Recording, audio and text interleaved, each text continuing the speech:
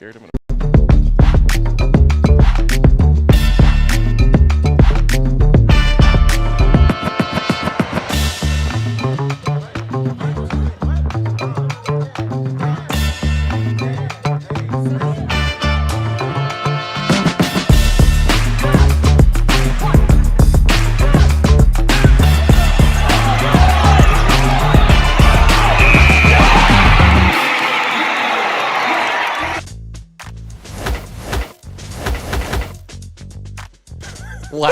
Wow. That sounded like incredible graphics going on. It's like NFL Blitz. Yeah. Right, yeah. I'm allowed to speak, Yaya?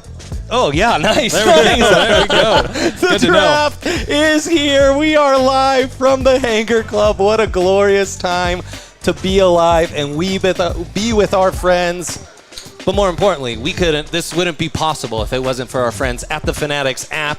Go download the Fanatics app and rep your team's newest picks and cash in on your fandom. And new built home restoration and construction. When that home emergency hits, they will be there at nubilt.com or 720-902-7472. Let them know DNVR sent you. They're also in the house. Also in the house, Super Bowl 50 champion Bennie Fowler. Appreciate it. Friend of Super Bowl 50 champion Ryan Koenigsberg. There we go. Such a good friend. He let me wear his ring. Amazing. It looks great on you. You said it. Why does it feel so normal? Huh? It does feel right. It does feel like maybe I was always supposed to be a Super Bowl champion. Every day on the show, he's just messing with it too. I know. It's like once a week we get a message like, Ryan, you left your ring behind. Yep. Like, that's the last guy who I would be trusting with the ring. Yeah, facts. I've never once lost my ring. Somebody's always found it. No. I've never once even thought it was gone. I've But dropped other people it. have said it is gone. No. I've dropped it on the ground once or twice. Oh, there you go. Wow. That Not was this one. friend of Ryan Koenigsberg, Yes. Henry Chisholm, Yes. and I'm your humble host, Andre Simone. We've got a fantastic draft show and party for you. Alex Singleton will be joining us at the half-hour mark. We've got Zac Stevens working the phone lines off stage here, making sure there's no last-minute trades going on. Yep. And I saw Hines Ward was on stage talking to the Pittsburgh crowd, and the Raiders are, in fact, on the clock. I thought I saw Zach texting Mike Vrabel. Oh, wow. No. Wow. Oh, no. Interlocking fingers. I think he's taken. That'd be tough. That's a tough situation right now. There's a lot of, they can't sleep. They're probably getting no sleep right now. I can't imagine. Honestly, not where I was hoping to start the show. When did you have it scheduled for? At the Patriots Hour pick. two. Pick 31, I thought that would have been a good time to start making jokes. Do you think they that. trade out of the first round so they don't have to be talked about, or it's going to be talked about anyway if they do trade? Well, he already went and got in front of the media. Be great trade leverage. Like, hey, you guys don't want the spotlight right now. 62 and Oh, yeah. I don't know. Devon Key. Right. Stiddy for let's pick 31. Let's make it happen. Sure, yeah. What are your vibes today? Oh, my vibes are great.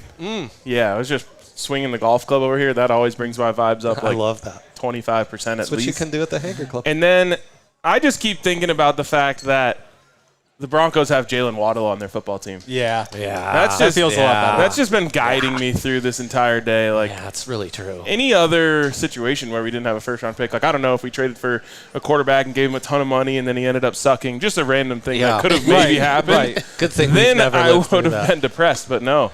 We have Jalen Waddle, and he's going to make our quarterback even better, and that makes me happy. It's incredible. I would say the vibes are positive. I didn't get a chance to go to the Night of Champions. Ooh, yeah. The pick is in. The pick is in for the missed it, Raiders, by Daddy. the way. No one cares. I did miss it, but I saw RK and Zach tweeting about it.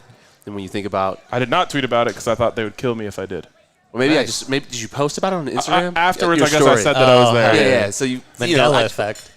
got very positive vibes. Just the fact that the Broncos are very close to having one of those maybe a decade from now with a new team, which I think would be really cool. But you think about what Payton was saying about Bo, the fact that they're in constant communication, how Payton feels about Sean Payton, the leadership on this team, and I think the Broncos are on their way. I hope Roger Goodell does like the air handshake since Fernando refused to go. Yeah, so I would stop giving him TV time right now if I was Roger Goodell. Yeah. Breaking news, Fernando Mendoza's career is ruined. He was selected by the Las Vegas Raiders. You hate to see a young man go down like that, you know? So much promise. National champion, Heisman winner, first overall pick. What a season it has been for him, and now it all comes to an end. Massive fall from grace. Yeah. And it's like the 25-year anniversary since the Jamarcus Russell pick. Is it? Oh, wow. It's come like full circle, too. And those like two, they are polar opposites. Those two really remind me of each other. Opposites, man. Jamarcus Russell was the reason teams didn't draft like Josh Allen first overall. Just too big of an arm. And now exactly. Like he's too crazy. Yeah, like You guys heard about the arm story about strength's him overrated. with the film? Oh, yeah. Jamarcus? Yeah, they gave him a blank DVD, and they gave him a blank DVD, and like, hey, go watch these second and third downs of whatever team they were playing. And he comes back into the facility the next day, and they're like, hey, man, what did you think about that tape? And he was like, oh, yeah, they did this and this and this, and there was no film on that. Oh. And I was like, that's when they knew they were screwed. Yeah, that's not great. That's crazy that they got, great. like, they had an internal conversation. They're like, this is a good idea. We need should to do this. That's like when they give me insights on your Slack, and I can see like, oh yeah, not a single person viewed my important message. Wait, you that can I see put that? in channel. I thought you were about to say that you can see I my can. Slack. I can. Kind of like how, like on Huddle. we also can do that. Well, like on Huddle, they can go in and see how many hours of film you watched. Yeah. So I thought you were seeing like how many hours a day I was spending on Slack. If only. If only. Yeah, you're no Fernando Mendoza. You'd be you blown know what away. I'm talking about. I wonder how his career. More of a Jamarcus. Russell, yeah, no doubt. I wonder how his career is actually going to turn out, though. And Yeah. you think about the Raiders, the organization, and it's always been in shambles. We'll see. I don't know. Does Tom Brady have a real effect there? I believe in Clint Kubiak. That's my guy. You know, Yeah. I'm a Kubiak believer. I believe in that system, so we'll see. I mean, he grew up here. But Mendoza's we have the last 10 years we've only drafted athletic quarterbacks almost exclusively. Mm-hmm.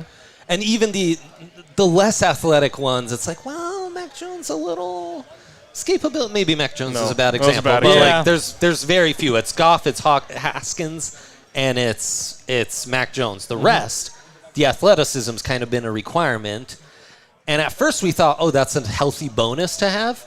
Now I think it's kind of key to surviving your mind still trying to catch up to NFL speed and being able to justify still being on the field and getting those reps that you need for your mind to catch up and maybe be able to ball in a couple of years. Yeah. I'm kind of old-fashioned, but I kind of like the big quarterback who can stand in the pocket, dodge somebody if they're coming, and just gets the ball out quickly.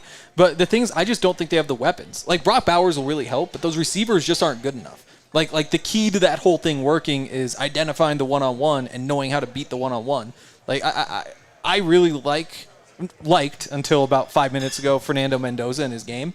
But I just don't think the Raiders can surround him with enough talent for him to actually look good. Yeah. I don't know if I. It's Indiana at the end of the day. I know they won a national championship, NIL. I just don't know. I don't know enough. I can't tell if he's going to be a great quarterback. I mean, Tim Tebow, incredible career during college, didn't really pan out. I mean, and you see that across the board in the NFL. I think the quarterback position is just the hardest to kind of gauge in terms of that. Will he be able to read the defenses? He's never had somebody like a Von Miller or whoever chasing him down, and the coverage is a little bit tighter, and you can't just throw back shoulder fades in the NFL. So we'll see. We'll see. And he's battling out with my boy Kirk Cousins. What a quarterback room. Oh, man, That is the most cornball quarterback room of all time. Yeah, straight and narrow guys. And they're in Las Vegas. Like, what a waste. I mean, I feel like that's what you have to do. Like if you're going to be a football team in Las Vegas, you have to build around those guys. Because anybody else is going to be gone. Yeah, but, like, imagine if, like, Baker was the quarterback in Vegas and he was really good. he'd Like, last, how like- cool that would be. It's impossible. He would last 3 weeks max. Yeah, it's fair. Ryan, did you have some Mendoza insights for us? Are those ready? Are Well- the Mendoza insights ready? Okay. I'm saving. Okay. Saving got the some Mendoza. I think Mendoza's coming into a hard division too, with I would complex agree. with complex defenses. So not just your typical single high man to man. I think Vance Joseph, he's mixing up coverages, blitzing people from all over the place. Spagnuolo, and then you got Harbaugh and what they do. Who's their defensive coordinator who for took the over Chargers? for Minter? I don't know who that is. I don't know either. But they do all sorts of fun stuff. Like, With Derwin, it's easy to just say, like, we're doing something different every game. Also, we have the next pick. That's amazing. It Second never goes pick. this fast. We love it. I know. There were rumors they were going to move things along. It's David Bailey, Texas Tech edge rusher, Tech. going to the Jets. Another guy's career ruined before it even starts. Yep. I watch him tonight because you're not going to see him again. It is the easiest way to hedge your draft Oh, takes yeah. is like wherever they're taken. If they go to the Raiders or Jets, the last 30 years would suggest it's not going to work out. Yeah. It's not going to end well for you. He was a beast, though. I mean, Yeah. You're going to hear a bunch of names from Texas Tech over the next couple of days, and all of them are sick. Yeah. Why weren't they good? They were. They were a Like playoff national- team. For the Yeah. Big 12, yeah. Playoff team has 12 teams. For the Big 12, that's a pretty good deal. They got a first-round bye, in fairness, and we're a top 4 seed. So they technically made it to the second round of the playoff. Okay. Yeah. Who'd they lose to? Was it someone dog-walked them? Yeah, They no, don't they feel got so a point. important when it happens. Was it and then Oregon? months I later, think it was remember. Oregon. Yeah, that sounds right. Oh, boy. We'll find that out. And the DC for the But Chargers. The whole reason why they Yes. won For you. the whole reason why they won all those games is their defensive front was an NFL defensive front playing in the Big 12. Gotcha. So they were just getting home. Yeah, so you have him, you have Romello Height, you have Lee Hunter, then of course you have Jacob Rodriguez right behind them. Like it was just no one could get through. And Is Rodriguez a first-round pick? Or No. He's on the border. I think his odds were plus 200 to be a first-round pick, so 2-1 coming into the day. Texas Tech famously on the border or close to it. Oh, Right. okay, yeah. Right. Yeah, that's great geography. At least we know that, even though we may not remember who Texas Tech got eliminated by and who the Chargers DC is. It's Chris O'Leary, their Oh, of former course. safeties coach. He's coached at Western Michigan, Notre Dame, and Georgia State. Okay. wow, Good to know. interesting. Yeah, yeah. I don't know how much this moves the needle for the Jets organization. It's got to be so. They don't have a needle anymore. Yeah. It's got to be such a bummer Kind of true. when your team yeah. is so bad that like taking a player like this who could be really good wouldn't matter. No, it just doesn't. Like they have so far to go before they can actually have a competitive football team that like, cool, you got like a really good edge. Right. Now you need a quarterback and several other positions on defense. You need an entire offensive line. Like The thing about Bailey is he enters the NFL and will immediately be one of the 10 guys with the quickest first steps in the league. He has that. He has blazing speed off the edge. So Von Miller-esque, who would you compare him to? I mean, Vaughn to me is a once-in-a-generation first step, so I don't know that he's quite at that level. Benito first step? I think Benito, I mean, Nick's pretty explosive. Like, obviously, like that's what they're hoping when you draft him second overall as a double-digit sack getter. So, that's the expectation. Will he actually get there? Yeah, but I like the way they're gonna be losing a lot of games. he can play low to the ground. He's got a compact frame, and like when he gets in the backfield, he's making plays. Yeah. He's getting his hands on you. He's impacting the play. How crazy is it though that we're talking about the number 2 overall pick having a similar get off to Nick Benito, who the Broncos got with the Right. 64th overall pick.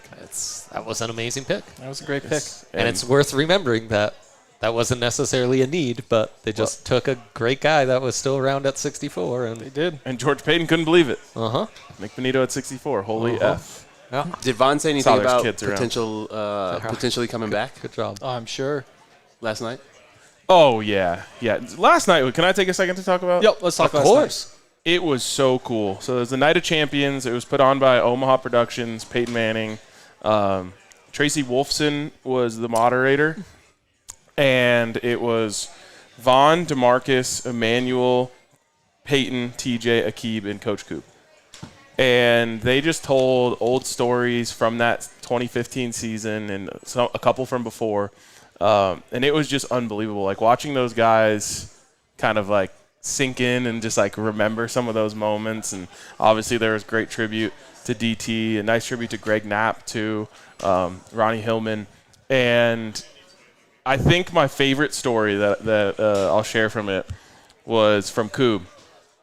And he said about 2 days before the Super Bowl, he caught wind that one of the shoe companies was paying players to wear gold cleats for the games.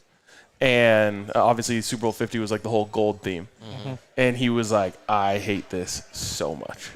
So he's like, I called in Akib, TJ, and Chris, Vaughn into my office, and I was just like, I don't care how much money they're going to pay you. You will be wearing the cleats that you have worn all season on Sunday. And the guys all obliged, and they said, all right, coach, we got you. And Koob goes, I walk out for warm-ups. I'm a little bit nervous that one of them is going to still have them on or something like that. Thankfully, none of them do. I look over to the other sideline. Who has on the gold cleats? Cam Newton. Yep. and Koob goes, and that's when I knew we were going to win. Wow, what a great story. Shout What a out to legend. Shout out to Koob. We've got the Cardinals on the board. Pick is in. Let's take our first. No. Let's not. Pick is in. We'll see if it's Jeremiah Love or Arvell Reese here. I do have over 5.5 for Jeremiah Love. Oh. Yeah. Good. Great odds. Did you didn't really I think he goes top 5. send out your draft bets this year? No, I just placed some. It's only this a 4-hour morning, show, and yeah, I'm in on a lot of Ty Simpson going early-ish. Oh, so you've been hanging Top around 15. with Zach too much. Really what I'm betting is the long odds. So I was getting good long odds. Also got the Broncos' first pick to be a wide receiver or a corner at plus 1,400. A corner? The value's just too good. The value's going to line up. 12 to 1, Yeah. D'Angelo Pons will already be taken. Lots of good corners. You think Broncos need a corner? Oh, boy. No. That's why the value is Jeremiah so Love. Jeremiah Love to the Cardinals. Oh. Wow. I was wrong. Who's their quarterback? That's a great question. Well, it's currently Jacoby Brissett. No, it's not. For more money, it's right? not Brissett because he's holding out for more money. Yeah. So then behind him is Gardner Minshew. 1-13 in his 14 starts with the Cardinals. Wow. Holding out, though. Needs more money. Jacoby Brissett holding out for money is... That's legendary. Imagine being the Cardinals and not having leverage over Jacoby Brissett. Trade It's for tough. Stidham. It's tough. I remember being in these spots, and I'm so glad the Broncos are not. I can't remember the Broncos ever getting leveraged by a quarterback of that quality. There was For sure. Colin Kaepernick had some of that. He was did. strong-arming him for more money. Well, which is why the trade didn't go man. through. No, what happened was the Broncos wanted the 49ers to eat some of the salary. The 49ers said no, so then the Broncos say, okay, we'll do the trade if he's willing to take a pay cut, and he also said no. Right. No, I don't think anybody wanted him on the team. That would have Like been of the CJ players on the team? Yeah, I think C.J. Anderson, maybe told Colin Kaepernick that. I don't know if they talked on the phone or something like that, but like, hey, man, I don't know if we really want you. Oh, my That's an amazing inside story.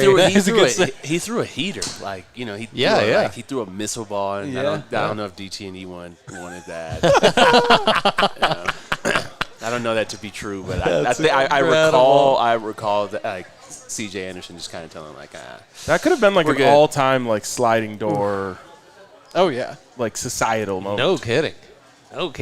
I mean, any of those. Like, if instead of Mark Sanchez, it's whoever. If instead of Case Keenum, like, they had so many massive franchise Mark changing. Sanchez. Yeah. What a guy. He was a good dude. He was a good dude. Was. Yeah. Right. Yeah. Well, I mean, Yeah. Was. Yeah.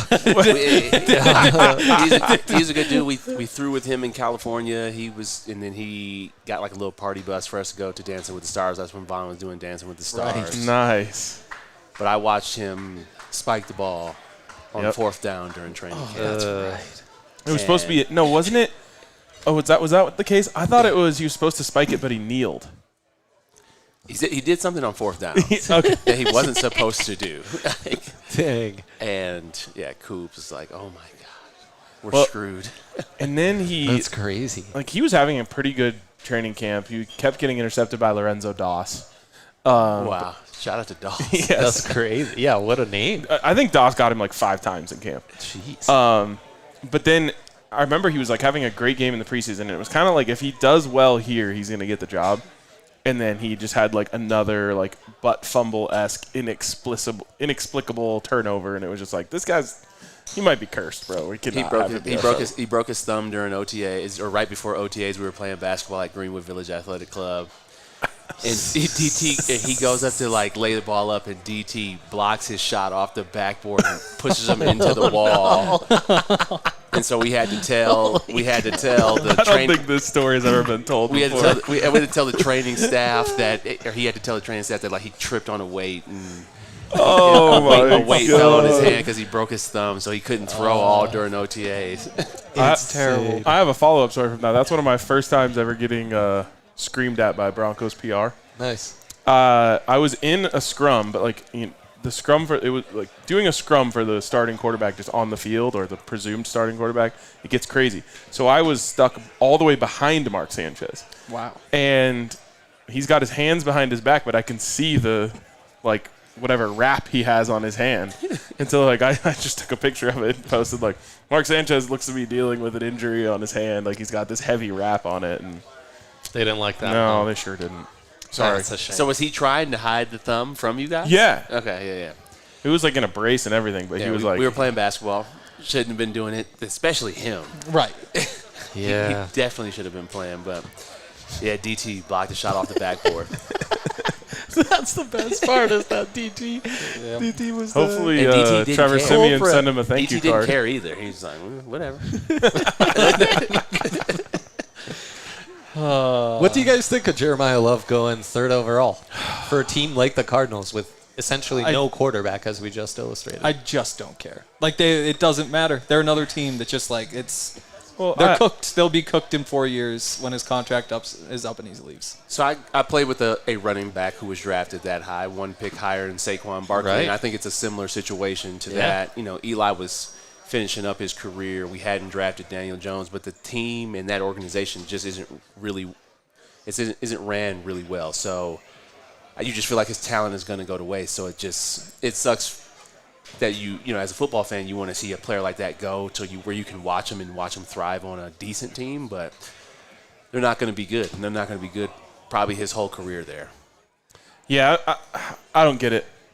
I don't get it for the Cardinals. That's a tough way to go. It's just you're asking him to be so much for that to end up being a good pick. They're going to run him into the ground. And that's another thing that I'm just I'm also worried it's a pick that ownership is pushing. Hey, we got to sell tickets next year. Right. How It does else feel are like we a getting ticket. butts and seats? And If you want That's to get not butts like and seats, Love. go draft one of them receivers then. They aren't as good.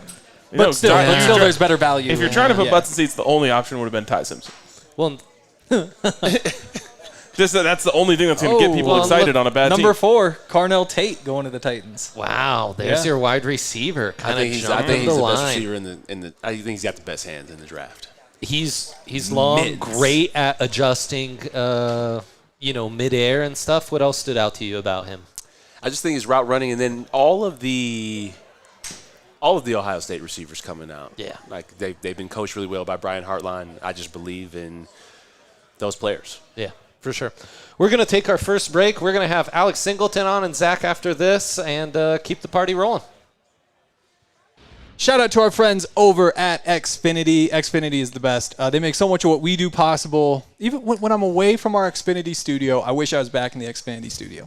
Wow. Plus, here's something, a big mistake that I made. I don't have Xfinity internet, which is why my girlfriend is texting me saying, can you reset our internet from there? I'm like, well, I don't know if I can. Yeah. But with Xfinity, the internet would tough, fix brother. itself. It's smart Wi-Fi. It'll solve problems before you even know they're there. And you can get a 5-year price guarantee. So you can get everything in your home to work together. Again, it's super intelligent. It's like internet with a sixth sense. It'll send the most power to the devices that need it most. And you get to keep the same price for 5 years. Lock and change in 5 years. You're not locked in. No annual contracts. No hidden fees. You get all their best equipment. So lock in your price and unlock the possibilities with Xfinity. Learn more at Xfinity.com. Xfinity, imagine that. Select plans only and restrictions apply. And a shout out to our friends at Bet365. Bet365, the place for winners. Nugs, Abs, they're an official partner, and they're officially here for you to place all your playoff bets. I've had all sorts of draft bets. Great intel there with all their draft props. Just endless. Mendoza over under 24.5. Not Mendoza. Other guy, Ty Simpson. Ty Simpson. That's insulting. Under 24.5. I have a lot of Ty Simpson bets. And yeah, the only place you can sign up, use our code DNVR365. Minimum deposit $10. As soon as your first bet wins, loses, or draws $200 in bonus bets right into your account. A lot of bonus bets. There's never been a better time to get in on the season of winning at Bet365. Bet365, where winning is everything. Download the app. Use our code DNVR365 at sign up today. Gambling problem? Call or text 1-800-GAMBLER. 21 plus only. Must be physically located in Colorado. T&Cs apply. In-app only.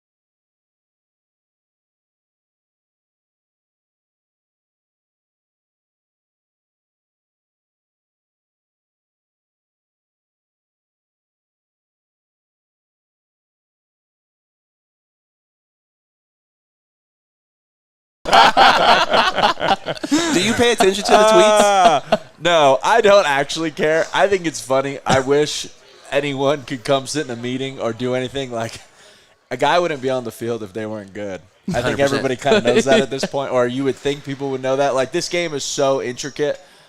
But, I actually appreciate that everybody thinks I should cover this many people all the time. I do appreciate that. I'm like, damn, like, you're doing something right if you have a couple haters, you're doing something right. And so I appreciate it. But yeah, you see, my wife makes fun of me. Like, we'll be in the car, she'll be like, must be nice, can't cover anybody. I'm like, yeah, that's real nice, thanks. That's dope, man. Well, really quick, congratulations. You just announced that you are expecting your second child coming up in September. Yeah. So that's awesome. Yeah, no, thanks. Who would have known that one did the job of two? So. That's awesome. Congrats on that. What's it like to just be named captain? I genuinely, I have had the honor of literally, got it in Philly as our special team captain, and then now twice here in Denver. It's the greatest honor you can get because it's your peers deciding that. Nobody else is doing that. It's the guys that you're with every single day going, I want this guy to, even if it's from the smallest things, being the voice that just goes to the head coach that, voices our opinions, or to the defensive coordinator, just the person that we want to be, not necessarily the face, but just kind of like the voice of us. And so I take great honor in, being that. How many times does Sean Payton say, any team worth its salt, or whatever he says? That's his saying. Does he still say that? Any team worth its salt? Any team worth its salt. That's like his. Does X, Y, or And Z. then, 100% always. Alex, you ever seen one of these bad boys? I have seen them. This Saw a lot of posts last night about them. Shout out to Benny Sniffed for one letting me. this year. We got, Well, I was going to ask you, did. how often do you think about the Super Bowl, like winning the Super Bowl specifically? I wouldn't say daily, but you definitely, I think in the offseason you think about it all the time. In season, it's kind of, you're really more focused on like your day-to-day, like, hey, we're preparing for this guy and all that. But like in the offseason, there's times like in a workout, you're just like, damn, like I want to win a Super Bowl. I want to, like, you think all the, like, why you're working out, like, why am I doing this? What is it all for? And it's to win championships. And I think you remember that so much in the offseason. Because in season, you do have to focus 1 week at a time, one opponent at a time. But, like, right now, it's like my only goal is to win the Super Bowl. You don't know how you're going to get there, but the goal is to win the Super Bowl. Do you see stuff come out, like, from last night, and you're like, dang, like, we're close. Like, that could be us one day. Oh, yeah. If we would have won this year, last night would have been almost irrelevant for the guys. You know what I mean? Like, the goal You guys would have been there. You know what I mean? Or you guys you're would've been invited there. and half the stage is us, And so that's something, you strive to be, I won a championship when I was in Calgary in the CFL, and I know how big that was for that city and how much, you stay in touch with those guys. Sean talks about it all the time about winning Super Bowls.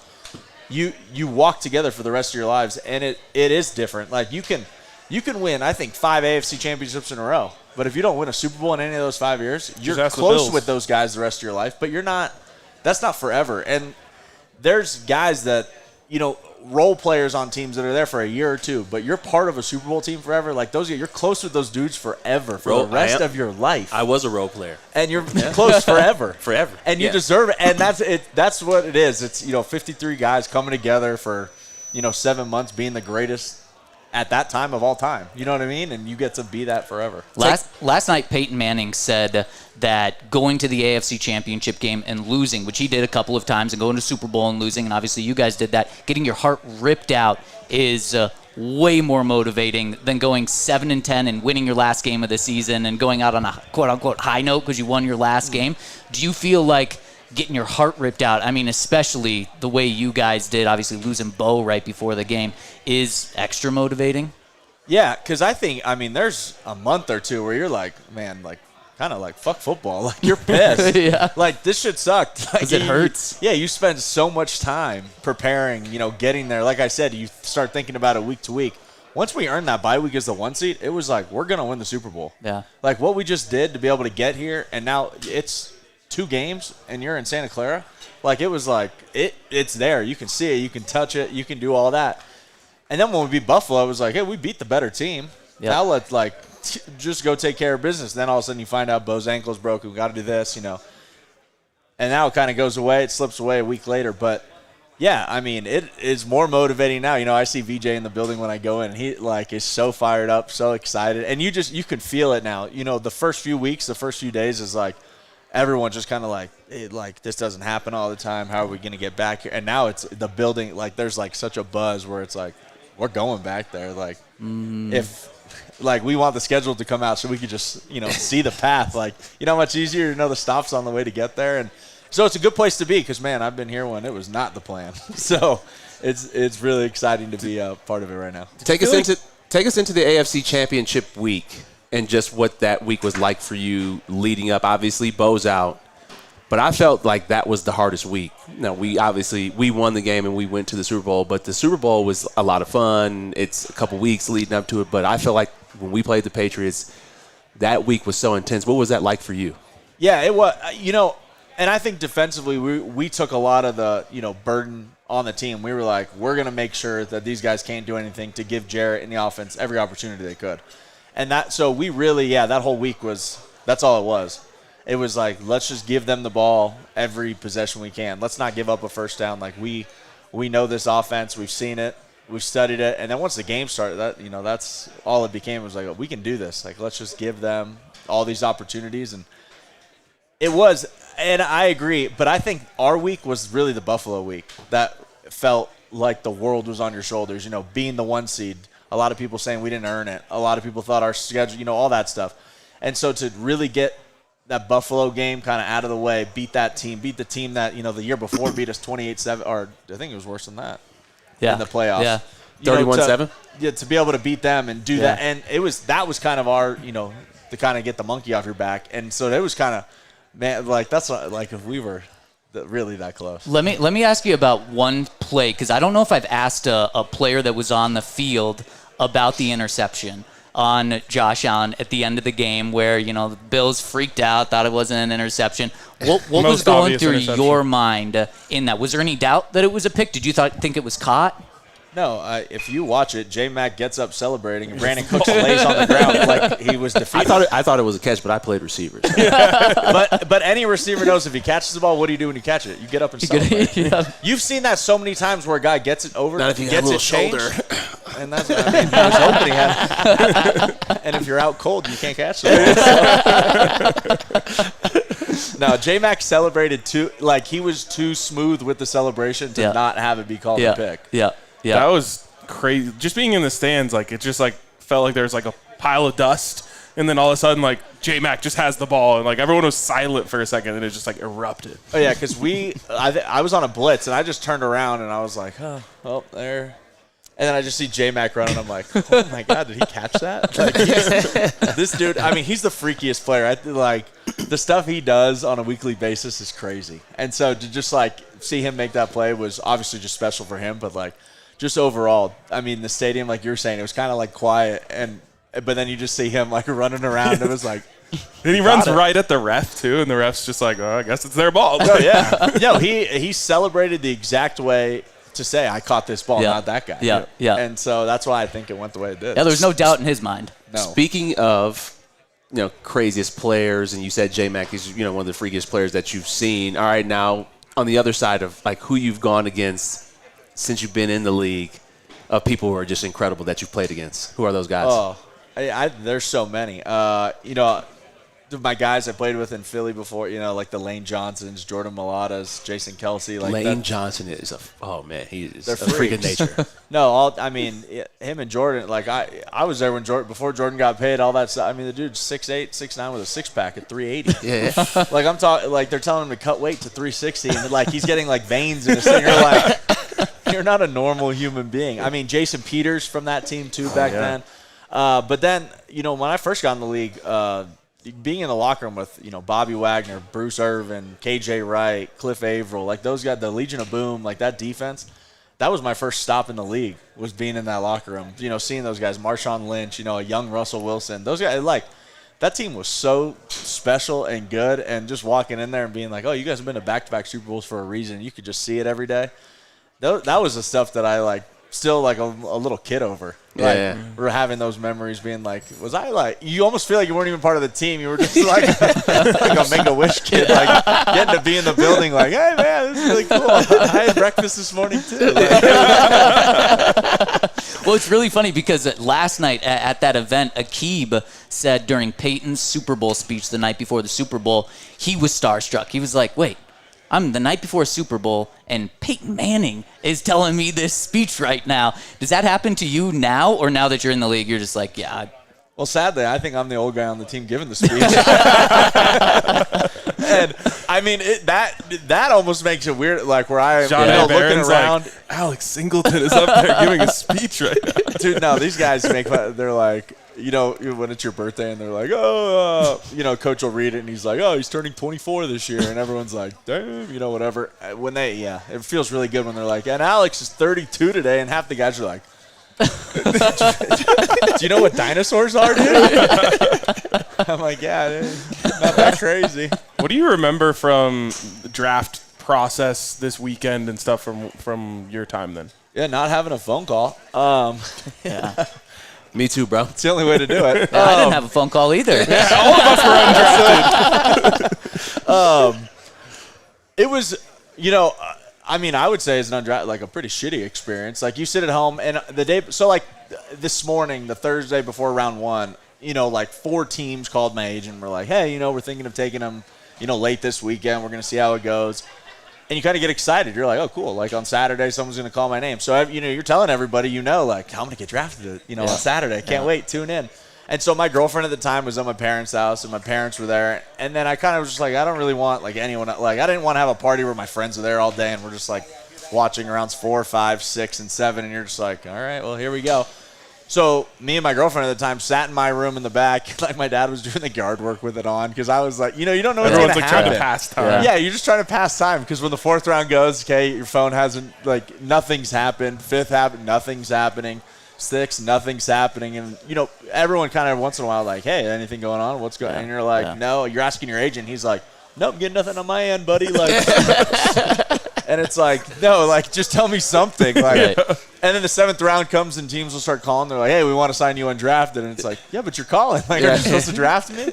And, you find it, and, now, and what you learn, being in this now, sometimes guys that get drafted in the 7th round are just because their agent has called and said that they're going to sign with a different team undrafted. So the team will be like, oh, if he's going to leave, we're going to draft him to bring a guy in. So, and then I didn't feel like out of Montana State and the agent I had at the time, I wasn't going to have much leverage over doing that process. So, whether or not you're getting skipped over or not. But you're talking to 3 or 4 teams now during the 7th round about signing undrafted, and you're like, dang, this kind of sucks. Like, just draft me. Yeah, like, can't you draft? And you come to find out it's the assistant linebacker coach who it's his first year there being like, dude, I'm standing on the table for you right now. It's like, thanks, man. I appreciate it. Especially, now because, like Todd's the assistant linebacker coach, and I'm like, yeah, I can imagine if Todd's standing on the table for you right now, like you're probably not going in the 3rd round tonight. Right.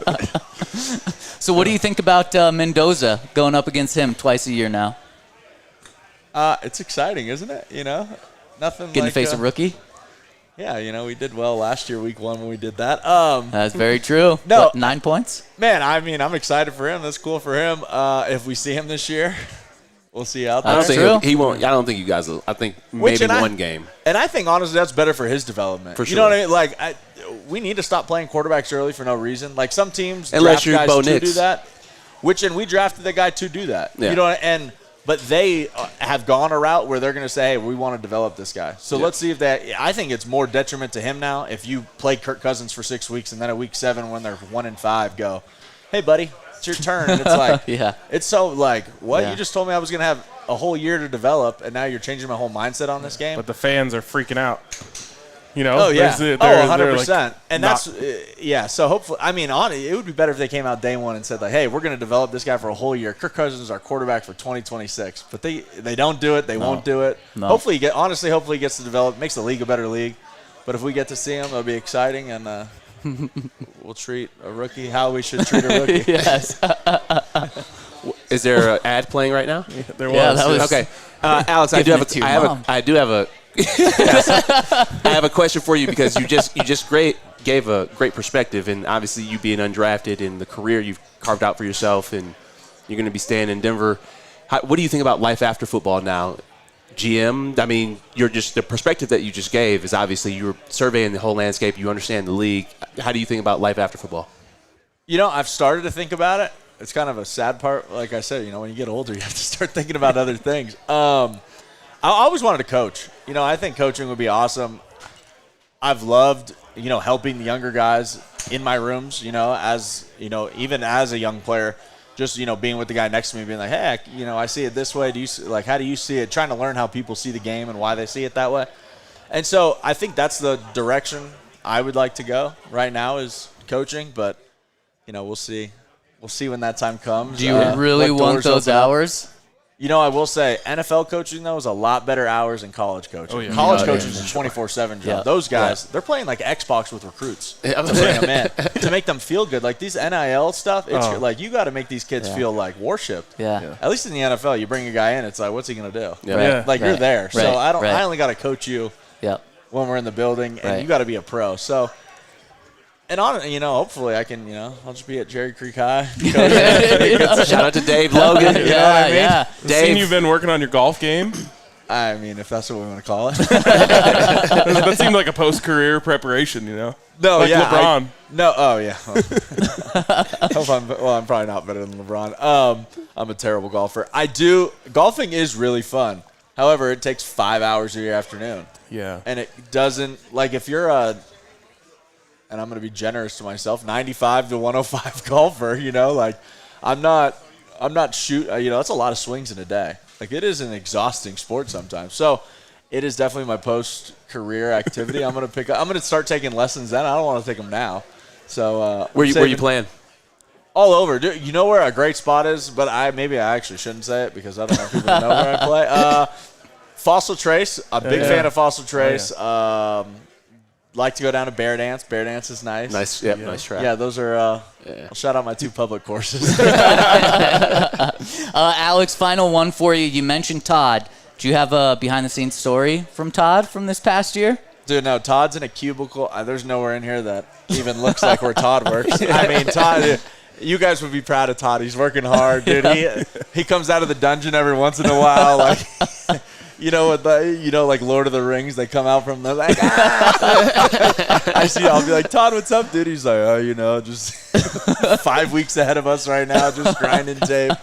But I'm gonna assume this year he's gonna get to do a lot more. I mean, he's the best, dude. I think there's nothing better than a coach that play just because they get it. They get what you're going through, and especially, you know, the same age as Todd. Like we played against each other in college, so it's, you know, someone you can talk to, relate to, and just be on that same level. And it's cool that he's coaching, he's enjoying it. There's nothing better than seeing, you know, someone doing what they love. Yep. Well, awesome. I absolutely love it, Alex. You are the absolute best. We appreciate you. And Alex has a couple more minutes here. So if you're here and want to say hi, we're going to stop right now so that you can meet him. But Alex, you're the man. Yeah. Thank you. And everybody, Cornhole, May 29th. Yes. Oh, yeah. Don't know the website. We'll put it up. I should know it. That would be better. It's through Special. If you go to SpecialOlympics.org, It'll be on there somewhere. We'll find it. We were there last year, a blast. Yes, We're going to be back again this year. It's gonna be fun. It's the week after Memorial Day, right? Yeah, so May 29th is going to be the Friday. If you're going to Morgan Wallen Friday night, it's at Edgewater Park. You can tailgate. We're going to have a beer garden. Let's go. Play cornhole. It'll be going? 2 hours. I'm going to go Saturday. Okay. Yeah, come tailgate, come hang out. A lot of sweet prizes. We're going to have jerseys, at least 3 full team signed balls. Some Nugget stuff, some Avs stuff. Yeah, I won a Jokic signed ball last year, Yeah. much to Alex's dismay. Yeah, sadly. So But make the sure prizes are great. we will have that link in the description, and I'm also going to be tweeting it out. So shout out to Alex. You're the absolute best, and we'll be back right after this break. Shout out to our friends over at Aura Frames. Aura Frames are awesome. It's almost Mother's Day. Looks like that is Yeah. May 10th. Yeah, I always have a fear of like, shit, is it Mother's Day? Right. Yeah. Because it could be any of those weekends. Yep. Once you hit March, you're getting close to Mother's Day. Yep. Mother's Day, it's important to do something nice for your mother, and an Aura frame is the way to go. They've got all sorts of different frames, but what they are little picture frames that have super clear little pictures. They don't look like little mini TVs, or they're not too glossy, but they are loaded with as many photos and videos as you want. So you can preload them before you put it in the gift box, give it to your mom, and your mom gets to have that right out of the box, all the different pictures, all the different videos, and you can update it from wherever you are. It's a top-rated app. It's actually the #1 app in the App Store, and that reached that distinction on Christmas Day. So make Mother's Day special with Aura Frames, named #1 by Wirecutter. You can save on the gifts moms love by visiting auraframes.com. For a limited time, listeners can get $25 off their best-selling Carver matte frame with code DNVR. That's auraframes.com, promo code DNVR. Support the show by mentioning us at checkout. Terms and conditions apply. Let's go. And let's go to STK Steakhouse. You want a little happy hour action? Yes. Bang, they've got you covered. $3, $6, and $9 specials in specific hours for Denver. You want to get in on a little steak night? Steak night sounds amazing. Date night, family night, boys night, steak night sounds ideal. Yes. That's a 3-course meal for $69 per person. Wow. Wow. It's really hard for me not to make more jokes on that. sure but is. $69 is a great, great price. Open all holidays. Dinner with a vibe. Denver has a DJ every single night and private dining specials for corporate events. They've got you covered across the board. Make a reservation or learn more at stksteakhouse.com. All right, back into our draft show here at the Hangar Club. Awesome place. And want to give a shout out to our presenting sponsors. DNVR Broncos draft coverage presented by the Fanatics app. Rep your team's newest picks, cash in on your fandom. And also, when that home emergency hits, new built restoration construction will be there at nubilt.com or 720-902-7472 and let them know that DNVR sent you. All right. Shout out New Bill in the house tonight. Right, in the house tonight. We also have Jake on the show. Hello. Also in the house. I am in the house. Also in the house. In the Friend hangar. of Henry Chisholm. Friend of, yes. Yes. Jake, I've never seen you without a hat. I've been getting that a lot. Jake's a new man, dude. He's a no hat guy now. We'll see. Why is, we're not gonna say it. Mind your own business, bro. Are you talking to me or Benny? Talking to all of you. So I believe when we left off, we had talked about Jeremiah Love going to the Cardinals because that was just a worthless pick. Carnell Tate, the top receiver in the draft, Ohio State, goes to the Titans. I don't think we've talked about that. And then you have Arvell Reese going to the Giants, a steal at pick number 5, the edge rusher from Ohio State. Mansour Delane goes to the Chiefs, who traded up from 9 to 6 to go get a corner. Now, why would they do And then we that? did get Sonny Styles at number 7, linebacker from Ohio State, to the Commanders. Why would they do that? Yeah. Well, because they don't have corners. Right, but trading up to number 6 in the draft to draft a corner After you just traded away your in top a corner. kind of weak top-end corner class? Yeah. Sign me. Hell yeah. No, yeah, absolutely. And I think Thanks, Chiefs. That was we a great talked move. about this a little bit, but that Chiefs defense is not going to be solved by a cornerback. Nope. Like, they need Certainly big not guys, a rookie strong cornerback. guys. Right. Like, they needed a pass rusher like Arvell Reese, who went the pick before, and that's somebody who could help the passing game. Like, rookie cornerback is. I think this is great news for the Broncos. Absolutely. Yes. You said great news for the Broncos because they wasted Waste a couple picks. They wasted a couple picks to trade up. Go get a corner who I thought would have been there at 9. Yeah. That's And if where they he was hadn't mocked. taken him, then longer than What, that. Yeah. what Is was he a the good compens- player? Was he a good player in Fourth college? pick and 7th pick. Yeah. He was a good player. He was a good Yeah. player. And there are more questions with the other corners in the draft. So if you want a guy, that would probably be the guy worth trading up for. But Gotcha. I just think of it this way: like the Denver Broncos got Pat Surtain at number 10, Uh-huh. That and is he crazy. was in. Who went before him, though? Can I say exponentially better prospect? I would say, I mean, I'd yeah. say Because so. that's, for that's sure. how I feel. Yeah. I don't know anything about this kid, so I'm not necessarily a college watcher. That's a sign you like Pat He, Surtain. I didn't know anything about Pat either, so Before LSU, Knew he his played dad. for Chris Marvin. Knew his Virginia dad. yeah, I Tech, knew his dad. Oh, okay. So he's well coached. Yeah. for at least a couple of years. Yeah. I feel like we need some Broncos talk here. Is that all that we got? Yep. Carnell Tate to the Titans, Arvell Reese to the Oh, Giants, Mansour Delane Chiefs, Jordan, and then Sonny Styles. well, are we tipping picks? Oh, yeah. Jordan Tyson's about to go here, by the way. To the Saints. Jordan Tyson Yes, to to the the Saints. Saints. So And that's then- who I would have had. That's the player who would have scared me to go to the Chiefs. The Browns pick is in. I don't know if we're tipping picks or not. Oh, yeah. It's Spencer Fano for the Browns as well. Okay. So Spencer Fan for the Browns. Hey, don't know. Shador Yeah. got some protection. yeah, I don't know if he'll play tackle. Shador's going to start this year? Yeah, for Looks sure. like it. I mean, that was their chance. You could have overdrafted Ty Simpson. No, you couldn't. Well, I mean, you could, but of course you wouldn't. Yeah, okay. Yeah. What do we want to see for the Broncos here? Like, it's still early. There's still another 50 picks before the Broncos finally get on the board. Is there anything that you want to see that would make you feel good about what's happening for the Broncos? I'd like to see Jacob Rodriguez not go in the first round. That'd be great. Okay. Because that would just give me a little bit of hope going to sleep tonight that he could be a Bronco eventually. Yeah. I don't know. I think that's about it when you're looking at 62. Okay. I feel like receivers. I want to see receivers off the board. Just keep all the receivers coming off the board so that there are more guys who fall down toward the Broncos. And corners. And quarterbacks, really. You never know. There could be a few quarterbacks. More than one? More? I mean, there'll probably be 2 today, and there could be 2 more tomorrow Yeah. before. Yeah. Corners? Quarterbacks. Quarterbacks. Yeah. You think Ty Simpson's going today? Yes. Yeah. He's a quarter. It's not because he's any good. It's because he's a quarterback. Yeah. Well, bro, if you got drafted in the first round, you got to be decent. You would think. Ah, And then next thing you know, Kenny Pickett's in there, yeah. But Kenny Pickett was the only quarterback that went in that first round. right? That's how bad that class was, and I think we're starting to see teams settle less. You think if Arch Manning was in this class that he would have been taken number 1 over Mendoza? I would take Mendoza. He'd be probably second overall. That's a though. great question. I'd be curious. Because there's a lot of people that said they would. And I don't know. There's other reports out there that people said if Arch Manning was in this draft that he possibly could have gone number 1 overall. Yeah. I think by this time next year, he might have a pretty strong case. Like by that point, he might be saying, of course you take Arch Manning, but he needs that 1 more year of growth before I'm ready to say I'd take him over Mendoza. It's a pretty wild thing to think about, though. Like, are you taking this guy Mendoza, one-hit wonder? Obviously, it was a great hit. Or are you taking someone with, like, the best bloodlines possible? Right. And tremendous upside. It's a classic scouting question. I know. And, like, also just the resources he's going to have available to him. Like, Oh, yeah.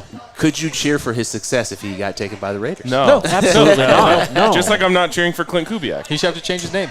Both of them. Like, Disowned. how did Uncle Mike Shanahan not call up Clint Kubiak and be like, do not go to that team. Do not go to that franchise. What's his contract per year? I don't know. Doesn't matter what Uncle Mike says. More than Uncle Mike was getting. Yeah. But he could have gone to other places and got that much money. Probably more money because the Raiders are poor. If Tom is sitting next to you, though, how are you? You're not necessarily saying no. And you have the number 1 pick. Yeah. Yeah. Yeah. Crazy. It is crazy. I'd like to see the Broncos add a tight end. I mean, that's what we talked about on the show earlier. I would like to see them add a tight end. I want Bo to have a weapon for the next 4 to 5 years. I don't want to go into next year or go into this upcoming season without hey, this is going to be Bo's pass catcher for the next couple of years. You know, Evans got 1 more year left on the deal, still got some juice in his legs. You got Troutman, who is playing the Swiss Army knife role, blocker, smartest guy in the room, knows the entire offense, but who's going to be Bo's young target that is going to grow with him? You saw this with Caleb Williams and Colston Loveland. You saw this early in Patrick Mahomes' career. You saw it in Tom's career. You saw it in Peyton Manning's career with Dallas Clark, and then Julius Thomas here. So I'd like to see a tight end come to the Broncos, where you're just like, you know what, he looks like a tight end, you know, because Evan looks like a receiver. Right. Troutman's got a little bit of a tight end build, but like you guys know that tight end look that I'm talking about, a George Kittle or a who else is out there? Who's like the best tight end in the league right now? Probably Brock Bowers. Yeah. Trey McBride. Yeah, like one of those guys. Like Bowers Kittle Bowers does is like everything, a freak. which is like the appeal of Kittle. It's Yeah. like he hasn't had the receiving production those other two guys have the last couple of years, but he also is. There's running behind him half the time. Yeah. So I'd like to see that. I think it's McBride. I'd like to see the Chargers and the Chiefs fumble these next 2 first-round picks for the Broncos. Well, it's off to a great start. It is. Mm-hmm. Who do you want the Chargers to take? What would be fumbling? I guess you don't even have to put a name on it. I don't know, an offensive lineman. It feels like a pretty Harbaugh thing to do. Right. They're going to be tough this year. He's going to be a backup, assuming health. They are going to be tough this year. That's what everyone says. Every year. And then it turns out they're the most frail team in the NFL, and half of them are limping up to week 1. I didn't say that they were going to beat the Broncos, but I think Mike McDaniel being the offensive coordinator there is a sneaky move that a lot of people aren't paying attention to in the division, just because going against that offense, bro, is a lot of motion. There's a lot of movement. Clint's in this division now. It's a different type of offense to go against, you know, and those guys know how to score points. They know how to utilize people, not necessarily the Raiders for the next couple of years because they don't have the skill positions, but Mike McDaniel, man, he'll make some noise. Yeah, but all it takes is, you know, Quentin Johnston was playing basketball with Justin Herbert, and he went up for a layup and got smacked and got sent into the stanchion. And now the Chargers season's over. I wonder, does Justin Herbert hang out with his teammates? He doesn't see. It's not a. Do you think his teammates go to his birthday party? I don't know. I think he just hangs out with Madison Beer. Is that her name? Yeah, she's famous. Yeah. She is famous. Yeah, he probably doesn't wear a hat anymore. I don't like the fact that Justin Herbert doesn't do the interviews He doesn't do interviews. He doesn't like to be talked to. I don't like that. Yeah, no, he's always been a weird guy too. Yeah. Which was endearing to people. Like, oh, he was the president of the high school fishing club. Which nothing against fishing, but also weird thing for a quarterback. That's what he was. Oh yeah. Yeah, and then. When I was dating a basketball player on that Oregon basketball team, and then when I was in elementary, made a feud between that women's basketball team and the football team by his behavior. So when I was in elementary school, there was behind the football field, there was what was called the habitat. Okay. Which was just like a little stream, and the kids who like bugs and stuff would go hang out there. And I remember this one kid tied a string to his ruler and then took his Lunchable meat and was fishing, and that's Justin Herbert. And all the other kids were playing football. Not you though. You were hanging out watching. No, I was playing football. Well, and how'd you see all this? I mean. Word gets around, bro. Right, yeah. The football field and the habitat were right next to each other. Yeah. I did try to go catch some crawdads in there once. Nice. Any success? Yeah. Eat them? No. Francis Magoa, the Miami right tackle, goes to the Giants. Mm-hmm. Oh. Giants got an edge and a tackle. Right. That's what the nerds would say you should do. Meat and potatoes. Hell yeah. Yep. You build it inside out. Yep. Well, and that's what Sean Payton did. I mean, he did that more so in free agency, but the Giants are kind of close to being back. It's just if Jackson Dart can learn to avoid contact. I mean, yeah. You believe in him? Dart? Yep. I believe a lot in his skill set. I wouldn't have said that 1 year ago today. I actually hated on him a lot 1 year ago today. Yeah. But he showed me a lot this year. You can't take up residence in the blue tent. Who's the OC? Wow. Oh, I can't remember. I can't remember either. It's going to help with not having Brian Dable Matt call. Yikes. Ooh, Swaggy Nagy. Nope. Also, did you play for him? I played for Nagy. I didn't have a great training camp, so that was my first team after the Broncos, and tries to run similar offense with Kansas City, except you don't have Patrick Mahomes or Alex Smith. But Mitch Trubisky that year did go to the Pro Bowl, and they went 12-4, but after that first year, they caught on to everything, and the defense was extremely good that year. That's the year they traded for Khalil Mack, and they had Vic Fangio and Prince Amukamara and Kyle Fuller. Eddie Jackson. They had a really good defense, but I don't believe in Swaggy Nagy in his play calling ability. Yeah, most people don't at this point. Also, with the Giants, like, it feels like they were hot and exciting.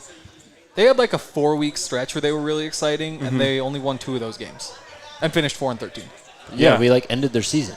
Oh yeah, but they love which had only begun about 3 weeks before. True. And Scadaboo, 4.1 yards per carry. Like, it's not like he was like going insane. Yeah, it was just like people just love how hard he plays. Exactly. I think he's cooked. I think he's cooked. Yeah, it's over. I just you were already like a barely above average athlete.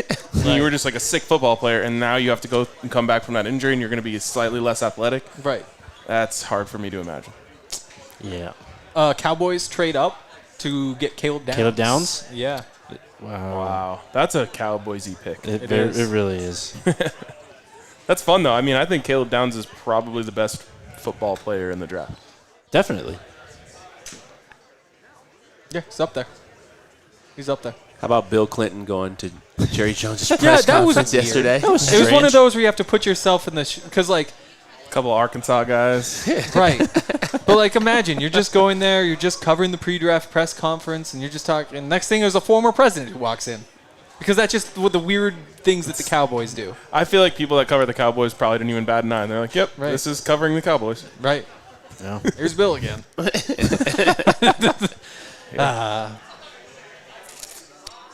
Waltons have a Arkansas connection?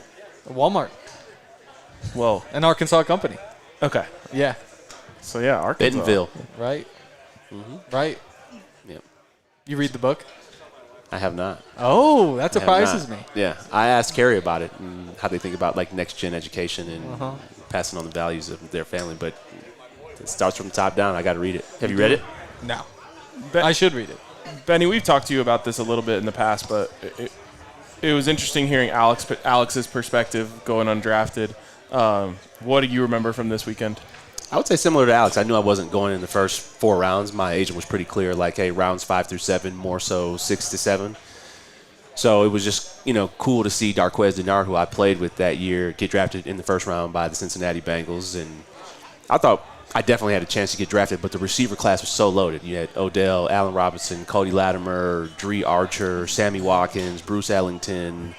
You had so many different receivers in that class. Mike Evans, Brandon Cooks. The receiver class was so deep, and this is before – it was the deepest receiver class up until that Justin Jefferson class, I believe, or maybe it was the Jamar Chase class. They were both crazy. Yeah. Because Justin Jefferson was like Jerry Jeudy, CeeDee Lamb. Henry Ruggs. Yep. Henry Ruggs. Yeah. The guy from TCU who went in the first who was a bust. Yep, Jalen Reagor. Right. Yeah.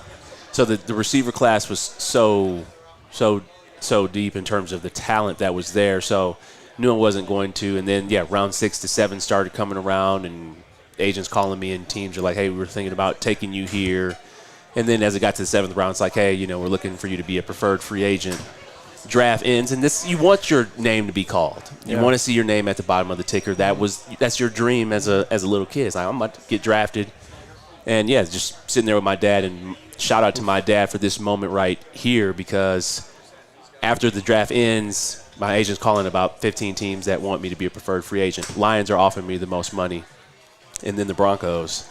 And he's like, you can look at the fact that your name wasn't called, or you can look at the fact that these teams are calling, and you can make the best decision for you. And I chose to come to Denver. I was like, if I can play, if I can learn from Payton, and I have been watching DT highlights. Me and my boy AJ Troop, shout out to AJ Troop. Me and my boy AJ Troop, we used to watch DT highlights my junior and senior year. And I was like, I'm going to play. I'm going to try to make the team. Denver has a history of one undrafted free agent making the team every year. That's one of the things I always talk about is like, if we keep doing this, more guys will want to come. Yep. But and Adam Gase, being a Michigan State guy, always brings a Michigan State undrafted guy into camp. And so came here, and it's history. But my dad gave me great perspective right there. That is great perspective. How close was it between the teams, or were you kind of like, if I can go to Denver, I'm going to Denver? No, I mean, it's just happening so fast. So your agent is just talking about the money. Like, hey, and my signing bonus was only $10,000, but Detroit was offering me 20. It's like, damn, do I stay here? Do I try to make this? We're coming off the 100th Rose Bowl. We won the most games ever in Michigan State history at that time. And my senior year is the best season ever, 13-1. Yeah. And we beat Stanford in the Rose Bowl. So do I stay here and do I just try to continue that story? And I had never been away from home. So going to Denver, I just made that decision. So it happened with like 30 minutes. That's crazy. But the teams are like, hey, like make a decision because they're filling out everything pretty quickly. Like, hey, they're trying to get their 20 guys in, and then you fly. This is different now, but we flew out the next day because OTAs had already started, and then I'm in meetings with Payton 2 days later. That's so awesome. My life changed forever. But I think that's a big upset that you chose the Broncos over your hometown team that was offering you more money. But this isn't the Lions that you know today. Yeah, this is a team that I have been watching my entire life who had never won anything. So I was like, I'm definitely not going here. And they get rid of players all the time. Right. And and Cody was coming off of foot surgery, so I knew I was going to get reps during OTAs. So it's like, okay, all right, there's 2 receivers coming in. He's the 2nd round pick, but he's coming off of foot surgery, so I'm going to get most of these reps. Yep. What was that first meeting like? We watched the first half of the Super Bowl because was the first half of the Super Bowl. So we are in the meeting room. I'm sitting right in the front, and Peyton's right behind me. You're always taught as a rookie, go sit in the front. And Peyton, we are watching this film right here, and he is going through the first half of Seattle Broncos, and and he is asking questions. He is making linemen answer questions. He's like, hey, what's the protection here? Nobody answers him. Hey, what's the protection here? And say, hey, am I the idiot that messes up? What is the protection? And then you hear people stuttering, trying to answer the question. But that's when I just knew that the league was just very different because he was running that meeting. There were no coaches in there. And, it was just crazy. Damn, that is a wild first meeting to go into. Yeah, and Emmanuel had Everyone's just gotten pissed. there. Talib and these guys. OTAs was when I tell you OTAs was insane, I was like, they were like games. Because everybody was trying to, you know how dogs try to mark their territory? Oh, yeah. Everybody that year was trying to mark their territory. Akib, Emmanuel just got his money. He just bought his Lamborghini. Akib signed a huge deal, 6 years, $57 million. TJ's coming in there. DeMarcus is coming in there. So everybody's trying to mark their territory in terms of whose team this is, their corners of the locker room. And then you got your Vons, and then you got DT, and then you got a Wes Welker. Our team was just so good. It was just so much talent. You could not be good on that team. The way we practiced, I don't know. I get goosebumps thinking about it because it changed my life forever in terms of preparation, how you show up. Because we were stacked. Hell yeah. We were stacked. Yeah. No doubt. Great stuff. We've got a lot more to talk about. Getting close to halfway through this draft, which means we're a quarter of the way to the Broncos, which is a fun way to think about things. Nice math, but real bro. quick, though, we got to take a break and talk about some of our sponsors.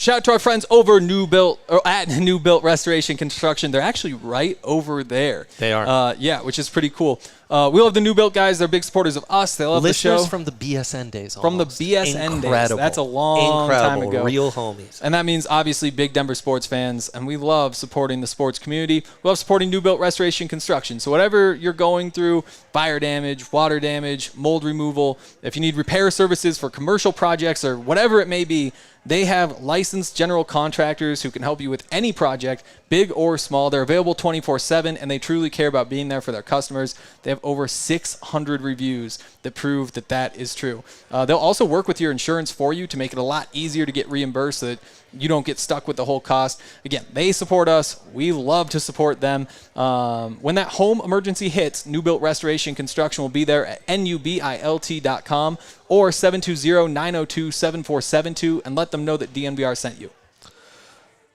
And shout out to one of our presenting sponsors, Fanatics. Check out the Fanatics app, the all-in-one place for fans to get all your gear. Hank, we are gearheads. Hats, jerseys, T-shirts, you name it. I know you've got socks. They've got you all covered on the Fanatics app. And it's not just clothing. It's not just merch. They've got games for you where Yes. you can earn fan cash. You can get tickets there. It's kind of an all-in-one experience. Just spend your time, hunt deals. I love it to hunt deals. Get in on all your specials. Get in on all new, retro. They've got you covered. Right. All official team gear. They've got it all in one place. Download the Fanatics app and start cashing in on your fandom. Get it today at DNVR.com/Fanatics. App access open to all 21 plus to play. No purchase necessary. U.S. only. Void where prohibited. We're back. We are so back. Brought to you by the Fanatics app, where you can get all your gear and new belt restoration and construction. Check them out. Tell them DNVR sent you at NUBILT.com. So what can they do for my house? They do it all, Benny. Oh, yeah. They're actually right there, too. They're real homies. Say I need to holler at them. Yeah, we should get you talking to them for sure. Yeah. I want to be a homeowner. Right now, my wife and I are just renting, but maybe it's time. Might be. Might be. Might be Might time. be. Yeah. Yep. Okay.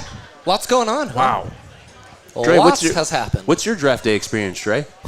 My draft day experience? What's your best. favorite draft day? Oh, man. The draft I felt best about was when the Broncos drafted Shane Ray. Was that No. the year before Prior the to the Super Super Bowl? Bowl. Yes. He was No, a that was the rookie. year of the Super Bowl. He was a Yeah. rookie.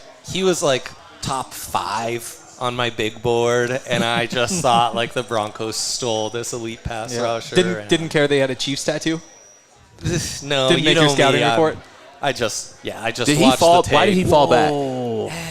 Was it drugs? Yeah, Yeah. there was a marijuana Which is thing that what a happened steal. during the off Oh, season. absolutely. Now they're going to make that a Class 3 drug, Right. I believe. Right. Yeah. I just saw that. yeah. Just read that this morning. I just signed my lease today, and the clause in there still says like no marijuana. It's a Class 1 drug or Schedule 1 drug. And I was like, whoa, actually, yeah, still signed the lease.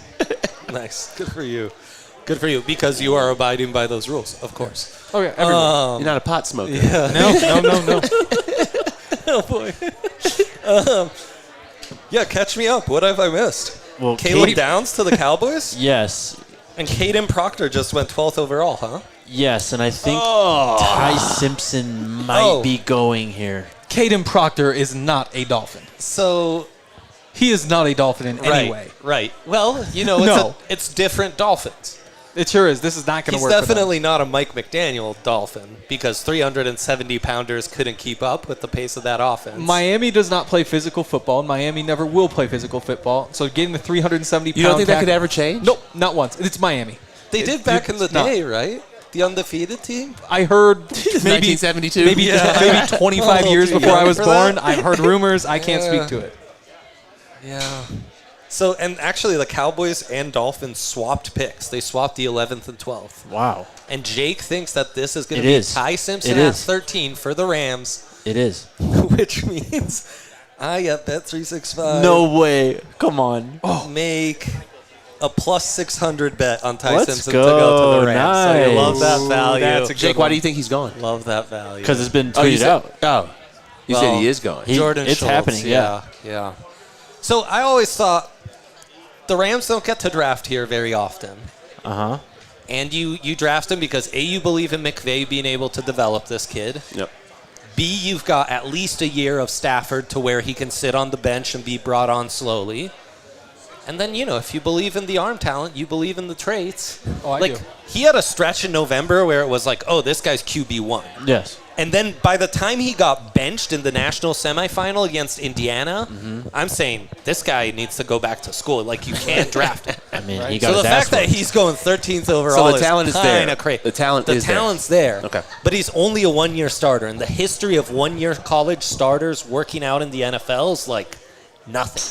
I'm surprised that more people don't pay attention to just that data that is out there.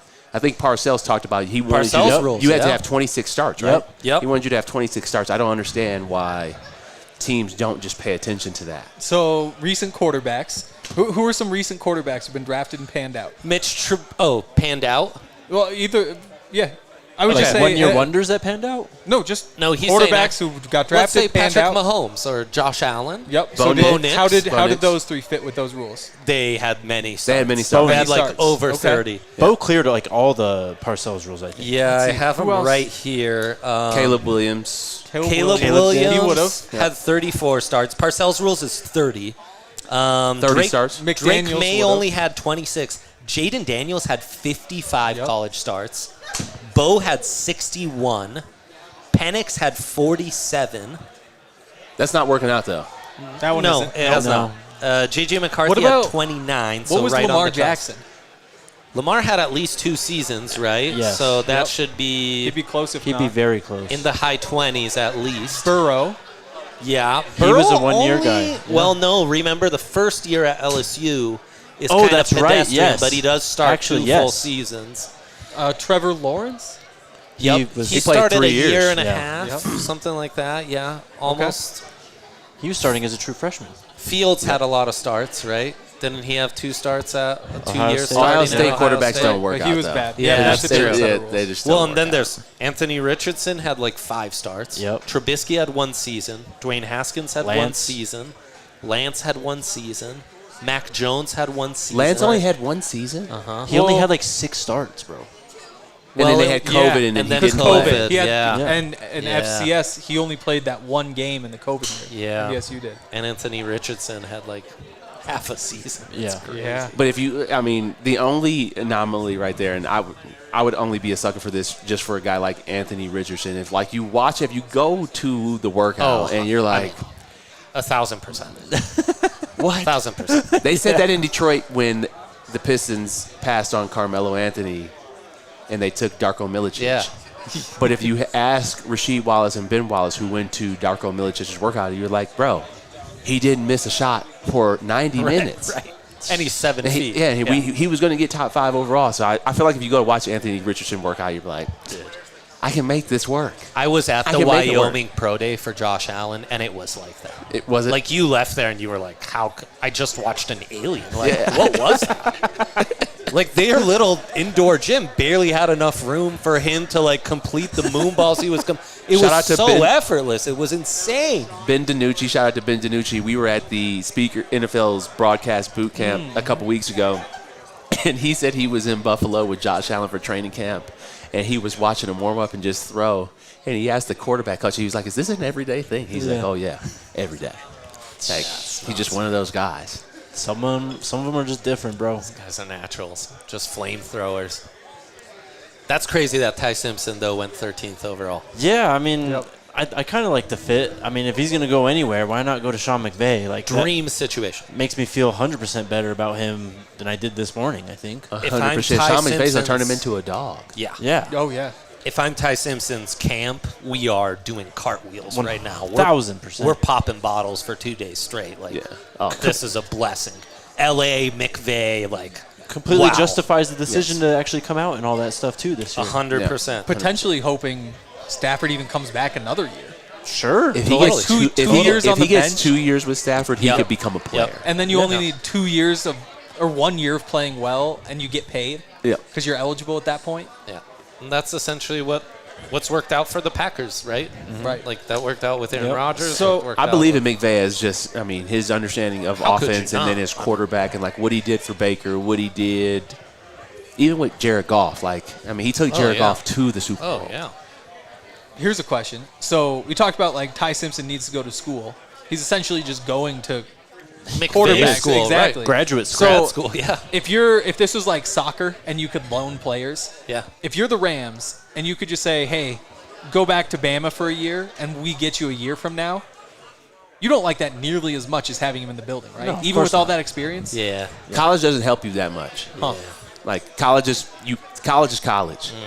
Going to the NFL and being in an NFL locker room, who I was the 3 months after I left and came here, as compared to the way I ran routes in college, wasn't even close to the same person because of like what they can teach you, and that's all you're focused on. So, what he'll learn in the classroom with McVay, similar to Bo's trajectory in terms of learning and like what he'll look like this year. College can't help you with that anymore. Yeah, it's just not complex enough. Yeah. Do you think Stafford's pissed? And Bama doesn't help. No, Stafford might I don't be, think what, Stafford 40, cares. 39? Yeah, but I mean, like, The defense is the offense is more than talented enough to where you're not fretting like, oh, we don't have enough wide receivers. but what if they had just gotten like, just Jordan Tyson still on the board? No, he went to the Saints. Gone. Saints. He went Right, to the right, Saints at 8. So, Makai Lemons, Kenyon like- Sadiq. But yeah, exactly. But So you if do have could a lot of if you tight could ends have already. Makai Lemon just for this year, if you're Stafford, that'd be kind of nice. Yeah, or an extra offensive tackle, something like that. Yeah. Vega just went to the Ravens, I think. Oh, wow, That's what a good- Ravensy yeah. pick. You Who lose did? Tyler Lindenbaum, and you get the Penn top State guard? The big boy. Vega Ione. He was Potentially the- Baldy's yeah. top prospect. Really? Overall, No way. That's such a baldy amazing. pick. It is. That's Yeah. such a baldy pick. It's like you just Number one wanna overall hit a prospect. double. Yep. Yep. Yep. Yep. But yeah, you lose Linderbaum, and you replace him with another top 20 interior O lineman. Yep. You needed to do it. It's why it's great having a team that's entering the first round and doesn't have a need like that of like, oh man, we have to replace this key starter from 2025. Yep. And it's what the Ravens do. They just continually draft replacements like that, like it's Right. meant to be the entire time. Yeah. It's Is crazy. Eric DaCosta the GM there? Yes. I believe so. Yes. They've done a great job. Yeah. I mean, they are just – their process is incredible. Yeah. Well, Well, it's just so much easier to be good at the draft when you're a good team. Yeah. Like when you're freed up to just like make good, smart decisions instead of being like, oh, I guess we've got to trade up to draft a corner because we're stuck with all the you know. Yes. That's what happens when you're the Chiefs and you lose all that talent. Like when you're the Ravens and you don't need a starter, just plug somebody in, or even maybe he could start. I wonder Yeah. if he could start. It's a nice spot to be in, for sure. They also have the advantage of, like, Ozzie Newsome was running the show there forever. Yep. DaCosta developed under him. It's kind of what we're describing for Ty Simpson at the Rams, you know, like having that institutional knowledge, being able to be brought up slowly but surely, see how things work for you. I mean, Question it sets is- you up for success. Where do the Broncos fit in with their succession plan I know. at the GM spot? I know. Like, you know, Georgia's done a really good job of drafting players. They find value. I think him and Sean are working really well together. But what does it look like for the Broncos over the next 5 to 10 years? How long is Sean coaching? How long is George Payton in this seat? Does somebody try to steal him away? I know people that, you know, those rumors have been out there because he hasn't been extended yet. But I know. And they've kind of poached people from the front office, right? Yeah. then the Like- Jets came and got somebody. They'll pay whatever it takes to keep George. Think so? I mean, they have the richest owners. They're paying a ridiculous amount of money to Sean. Like, I don't know how you let him walk. It's not like the Nuggets a few years ago when they lose Tim Connolly, who built the Jokic Nuggets, because the Timberwolves offer him like a partial ownership stake and all that. And they're just like, we just can't afford to. And it wound up obviously costing them. They win the championship that year, but they wound up firing the next GM. He didn't get along with the coach. They fire him too. Like, Broncos just are willing to invest in a way that other teams aren't. I'm not worried. That's a good point. It is the advantage of no cap on being able to pay your coaching Right. staff and front office and having the richest owners in the league. And the more wins they get, the more money they make. Yeah. So, like, if in the past you're like, I don't know, giving this guy $10 million a year might be a lot. You're printing cash because you're winning. Like, what's the real cost here? They just said that they called Matthew Stafford about the Ty Simpson pick. It's a good call. Yep. It's a good call. Hey, man, we're going to take him. Yep. Get people Obviously, on you're board. good. Yeah. Yeah, I would have Matthew Stafford just won the MVP. thought they would have talked to him before today, though. Like, if they were trying to go get him, and maybe they did. Well, maybe they were trying to move in silence. So Yeah. You don't want Kelly Stafford podcasting about it. Very you know? true, actually. That show would do numbies, so you got to be careful. Temptation's great, you know. I'd be careful. Stafford about played that. some elite ball last year. Yeah, did. He was outstanding. Elite I mean, ball. just flawless.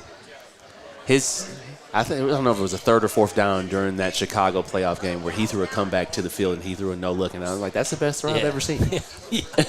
And the only team that could put up points on that Seahawks defense last year. Yep. Yeah. Right. They kind of I mean, you faltered just in the spread 'em NFC out. Championship, Yeah. but in the regular season, they were tied at point differential Yeah. in those two games. Like, Seahawks won by 2, Rams won by 3. Like, they split it. And kind of dictated the game as well. Yeah. Like that. you were able to spread them out, create explosive plays downfield, force the Seahawks offense to make big plays, which they were able to do. But yeah, that's the formula for beating those guys. I just think of that ownership group, man. KFC, they're always so busy. Their NFL team's drafting a quarterback. Their hockey team and basketball team are both playing Game 3 in the playoffs. Their British football club is in like the tightest race in years for the Prem title. I don't know how they even keep track of it all. Rapids just sold out Mile High against Messi. It never ends. They're busy boys over there. That's a nice portfolio. It's not bad. That is a nice portfolio. Yeah, no doubt. So who do we have next? We have the Bucks next at 15, huh? And this is the first. There's a few dream fallers for me for the Broncos. One is Akeem Messidor. All right. And he's been mocked to the Bucks quite a bit. I mean, Bain hasn't even been taken yet. That's so. crazy. Yeah. You're right. Boy, the Chiefs really fumbled this. I mean, trading up for Mansour Delaney when Caleb Downs was on the board. Yeah. When Arvell Reese just got taken, Sonny Styles was still on the board. Are you sure that they fumbled it, or you guys Ruben want them to fumble it? Bain? I think they've done a pretty good job. I would be scared of Jordan. Sure. They've done a pretty good job over Trading the years. McDuffie, who was a top This three is corner my in the thing league with for it. the 29th pick, to select a guy to move up with the 6th pick, who I think, even best case scenario, he's McDuffie, is a little... But you don't have to pay McDuffie. Yeah, it's dollar. truly, but can he get to that level in the 4 years of being paid under the rookie scale? Also, he's being paid on the rookie scale as the 6th overall They pick. did it with Marcus Peters. They did it with McDuffie. They did it with... Yeah, Marcus Peters, we're going back a while. Yeah, what's the guy, Tre'Davious Ward? Was he there? Oh, yes. Charvarius. Charvarius Ward. And then there was the other one, too. Sneed. Who they traded. Sneed. So they know how to develop their corners. whole man. secondary was they know how won to- 3 Super Bowls all on rookie contracts. Yeah, they know how to basically, do it. I'm just not scared of them taking a corner. Like, I was scared they were going to do something to make the offense a little bit more scary. Like Jordan Tyson out there seemed like a threat for 1,300 yards. A corner. There's so many holes in that defense. Yeah. Like, congrats, you fixed like the window in the side door over there. There's plenty of other issues. Yeah, that's exactly right. Like, matching up against them, we just added Waddle. They added a rookie cornerback. I mean, Like, I think advantage Broncos, you know? absolutely. And it feels I think like advantage Broncos for the next couple years versus the Chiefs. Right. Yeah. for sure. So, And to But then close, that's when things flip, though. I don't think they've, like, lessened that advantage with this pick. If anything, I feel like... no, I think they're in a kept I think they're in the gaps, a mini like- I think they're in a mini rebuild. Yeah, and with Mahomes' health, maybe you got to kind of punt on this year, even though they say Yeah. he's ready to go, which Yeah. seems insane. That is ridiculous. Insane. Look at Dion and tell me if he's ready to go with the BBS, Big Brothers Big Sisters yes. DNVR draft. Okay, we'll do that real quick. We'll go to our special Big Brothers Big Sisters draft pick that we made, and then we'll be right back to talk about this Buccaneers pick at 50. With the first pick of the 2026 Big Brothers Big Sisters draft, DNVR selects Brittany and Alexa.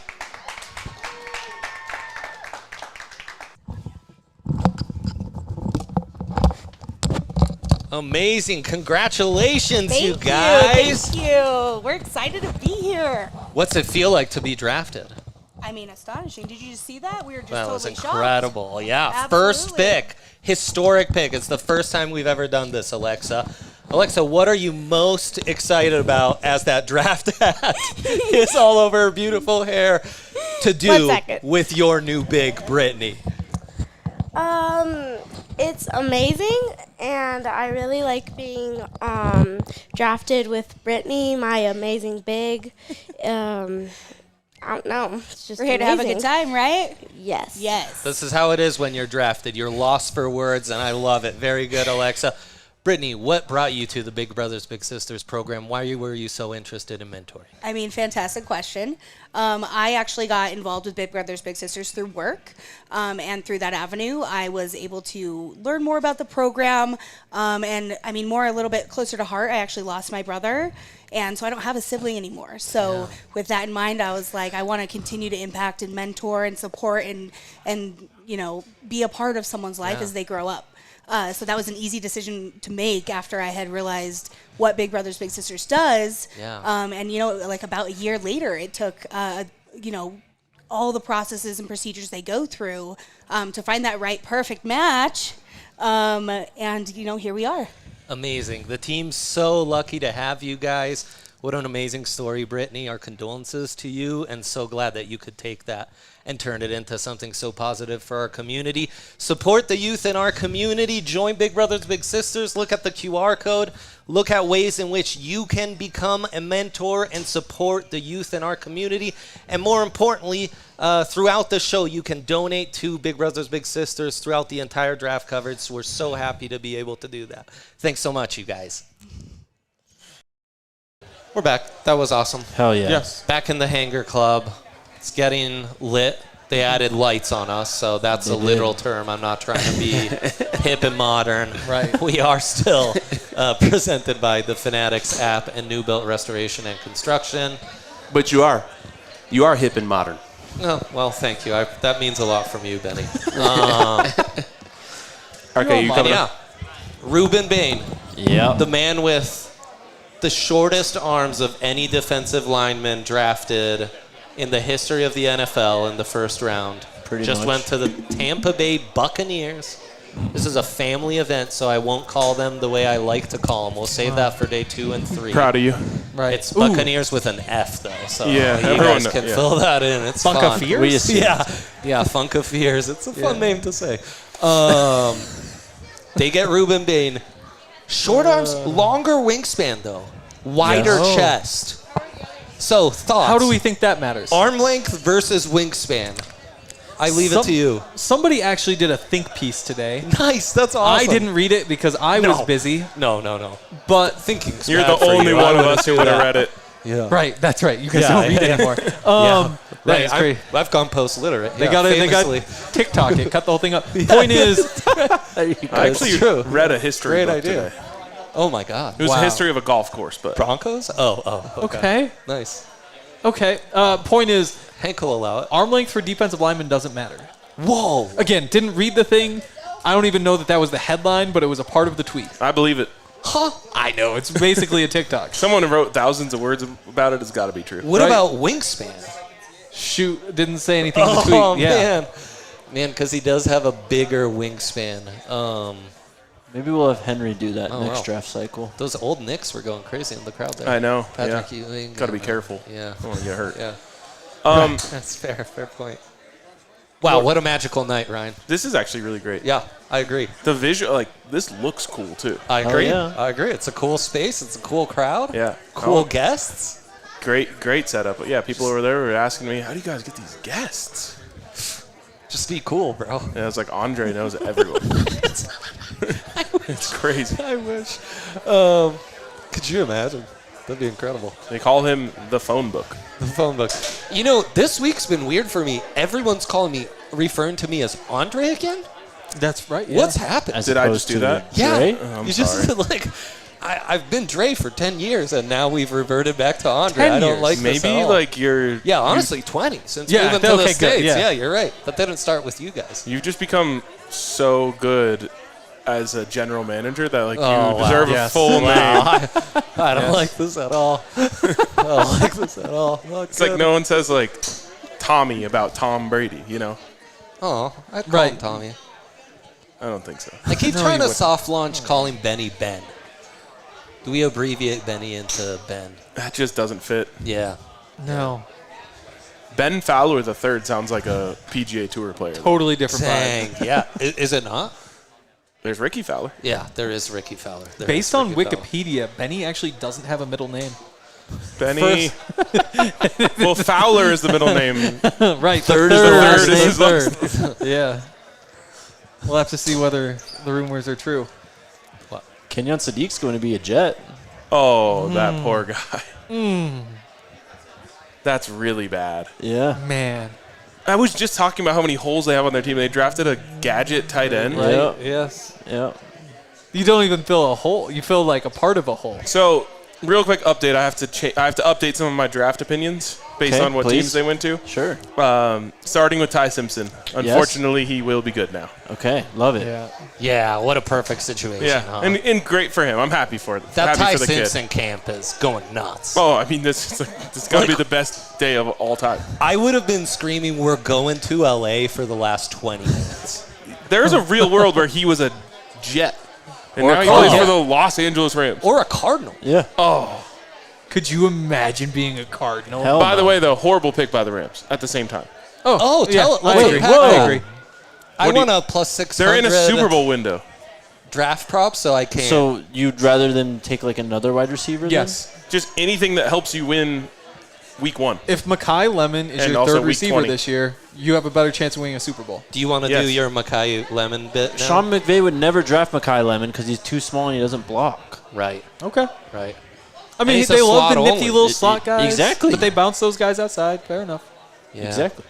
They like big slots. They do. But they do like slots. Just Yeah. big slots. Yeah. I know. Family show. Family show. I know. It is a family show. You guys are really tempting me. You're taking me to that line. Yep. I'm feeling like a big slot right now. So anyway, that's family appropriate. I'd love that screen to have something on That's it. what I'm saying. It's okay, guys. Let's not dwell on it. Let's not get fixated. I'm famous for getting fixated. You fix it. Have you done negging on the AFC West picks? Don't like that word. Oh, okay.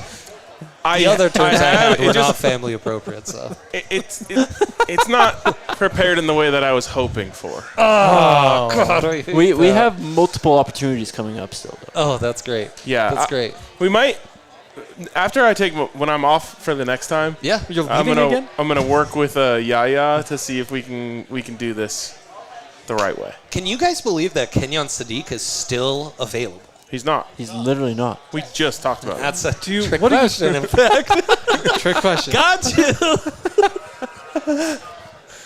Yeah, he, of course, famously went to the... Jets. He's being announced as the pick No. right now. Did you just black out? What happened? Yeah, We had the whole That like never Jets came gadget up. tight end.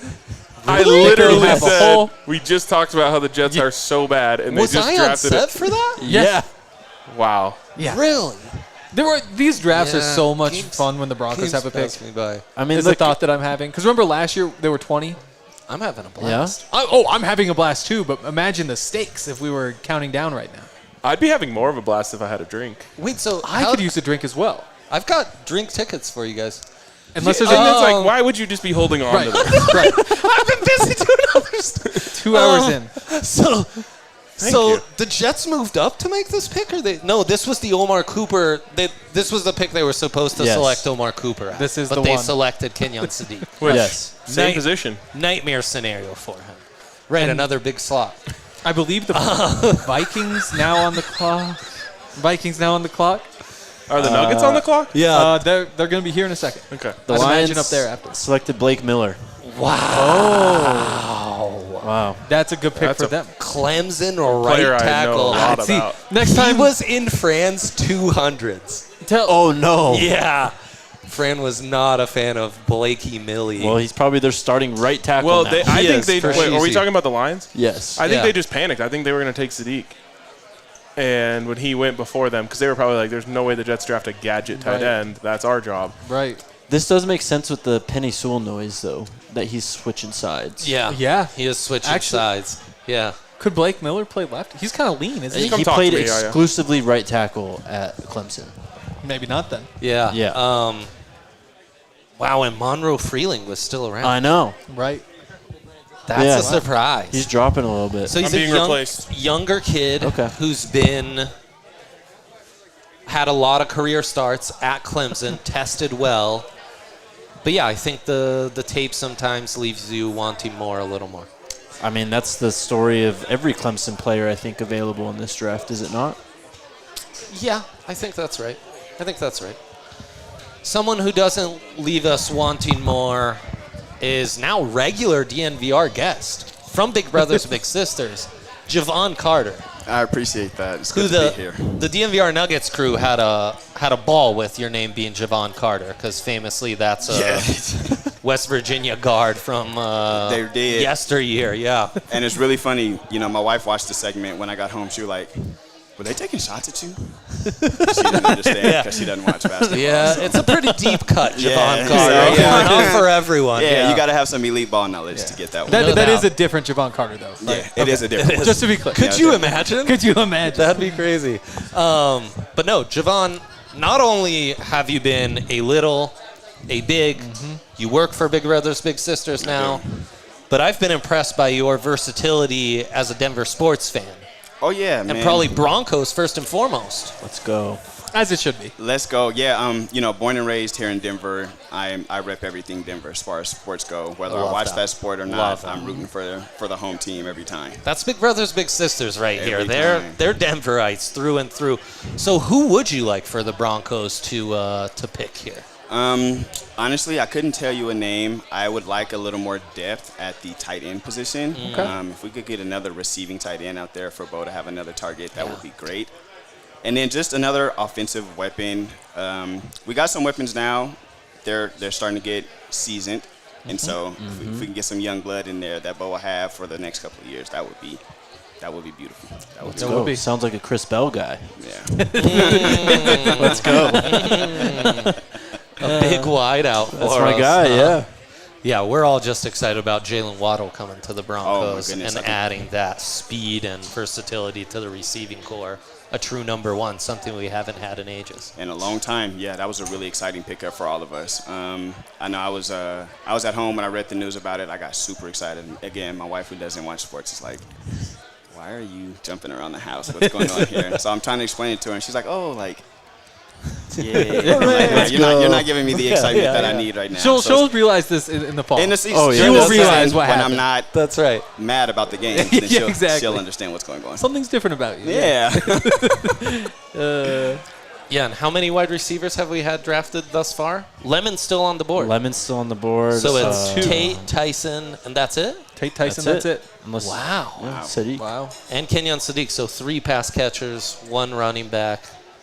I mean, kind of ideal. It tells you the value of this wide receiver class and why getting a guy like Jalen Waddle for the 30th pick Exactly. was huge. Insane. Yeah, that was huge. Caleb Banks. No. Yes. The big nose tackle from Florida with foot problems. Yeah. Constant foot problems. He's too big. Yeah. Far too big.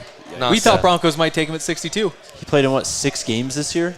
He goes to the Vikings. Wow. First rounder. No. That's crazy. Yikes. But transitioning from a big man drafted to the Vikings to Big Brothers Big Sisters, Javon, you've been associated with them throughout your life. Yep. And what I love about this partnership is it's our way to give back to that community here in Denver that we love so much. It's been amazing working with you and the rest of the local team here.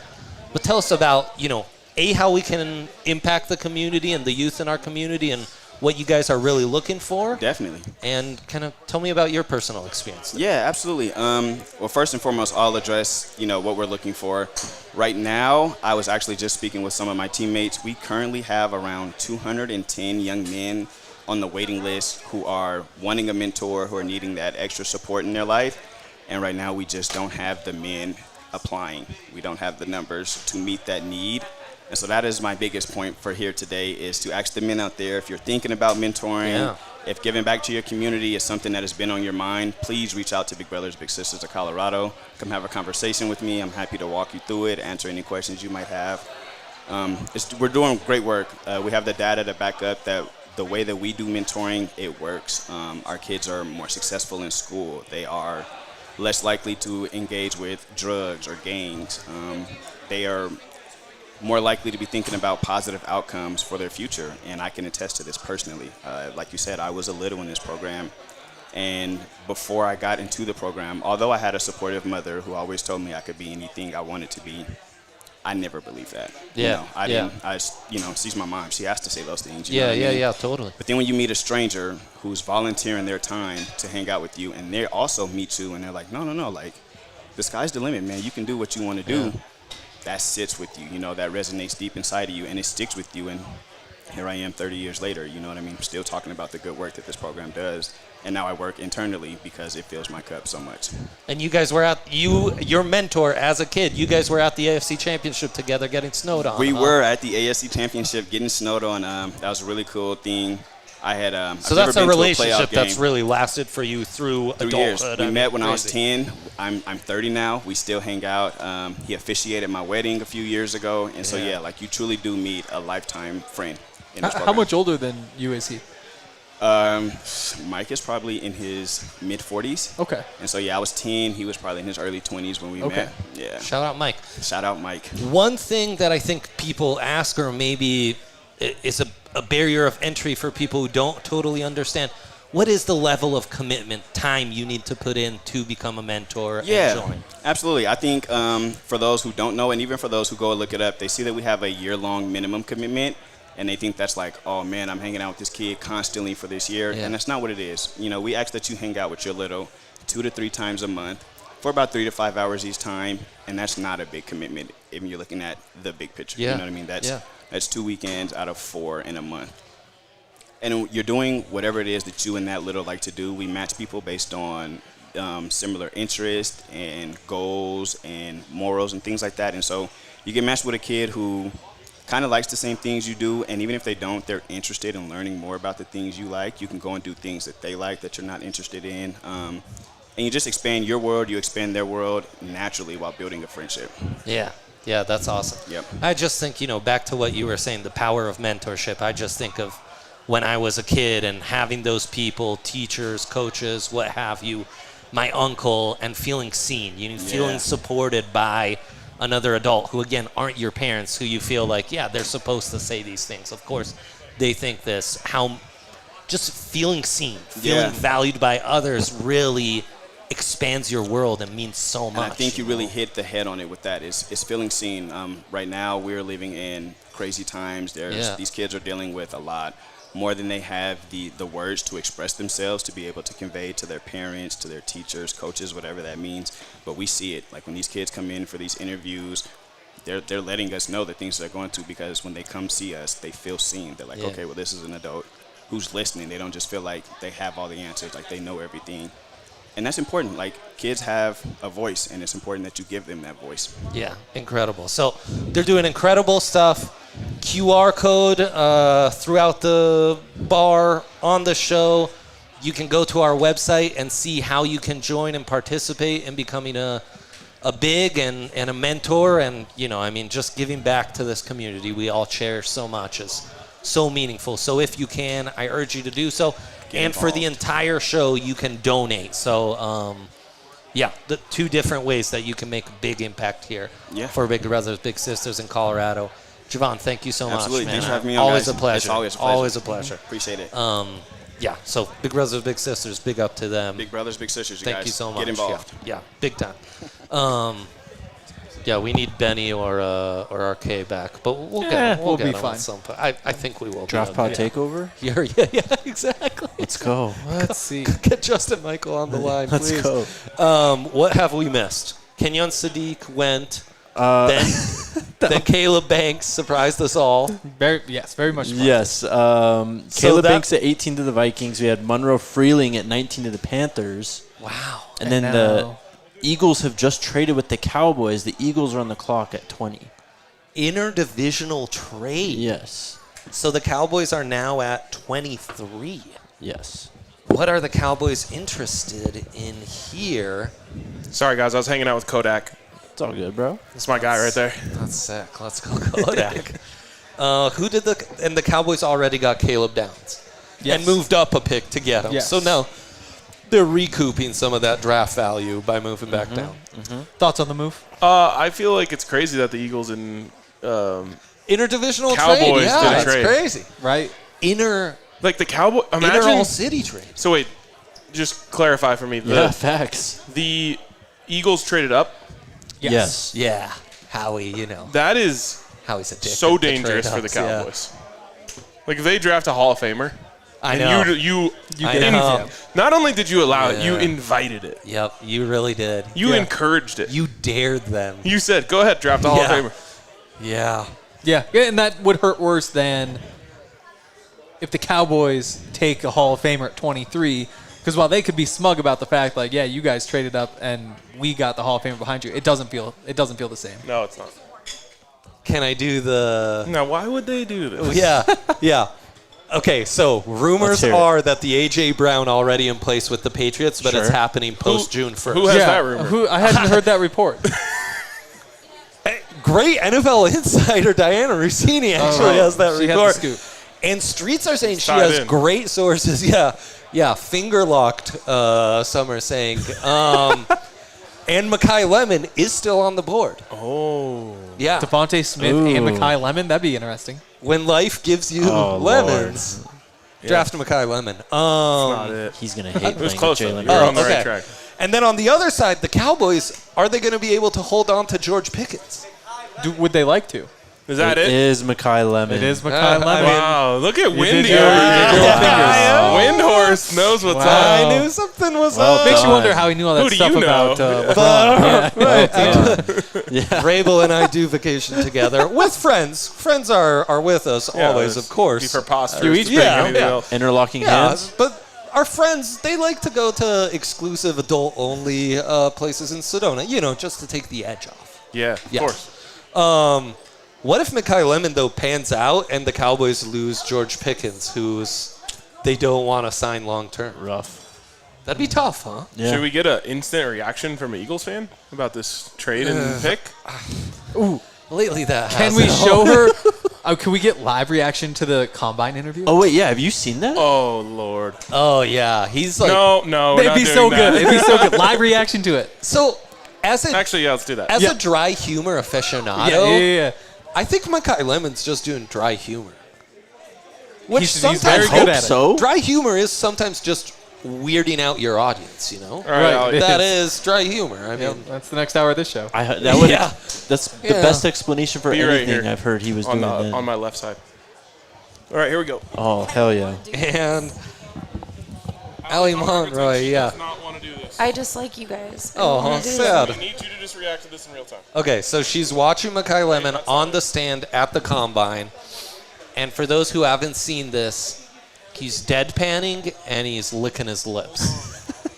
I got to do the play-by-play. narration of We the- can't do, It's unbelievable. we can't do dead air here. We got to get into this.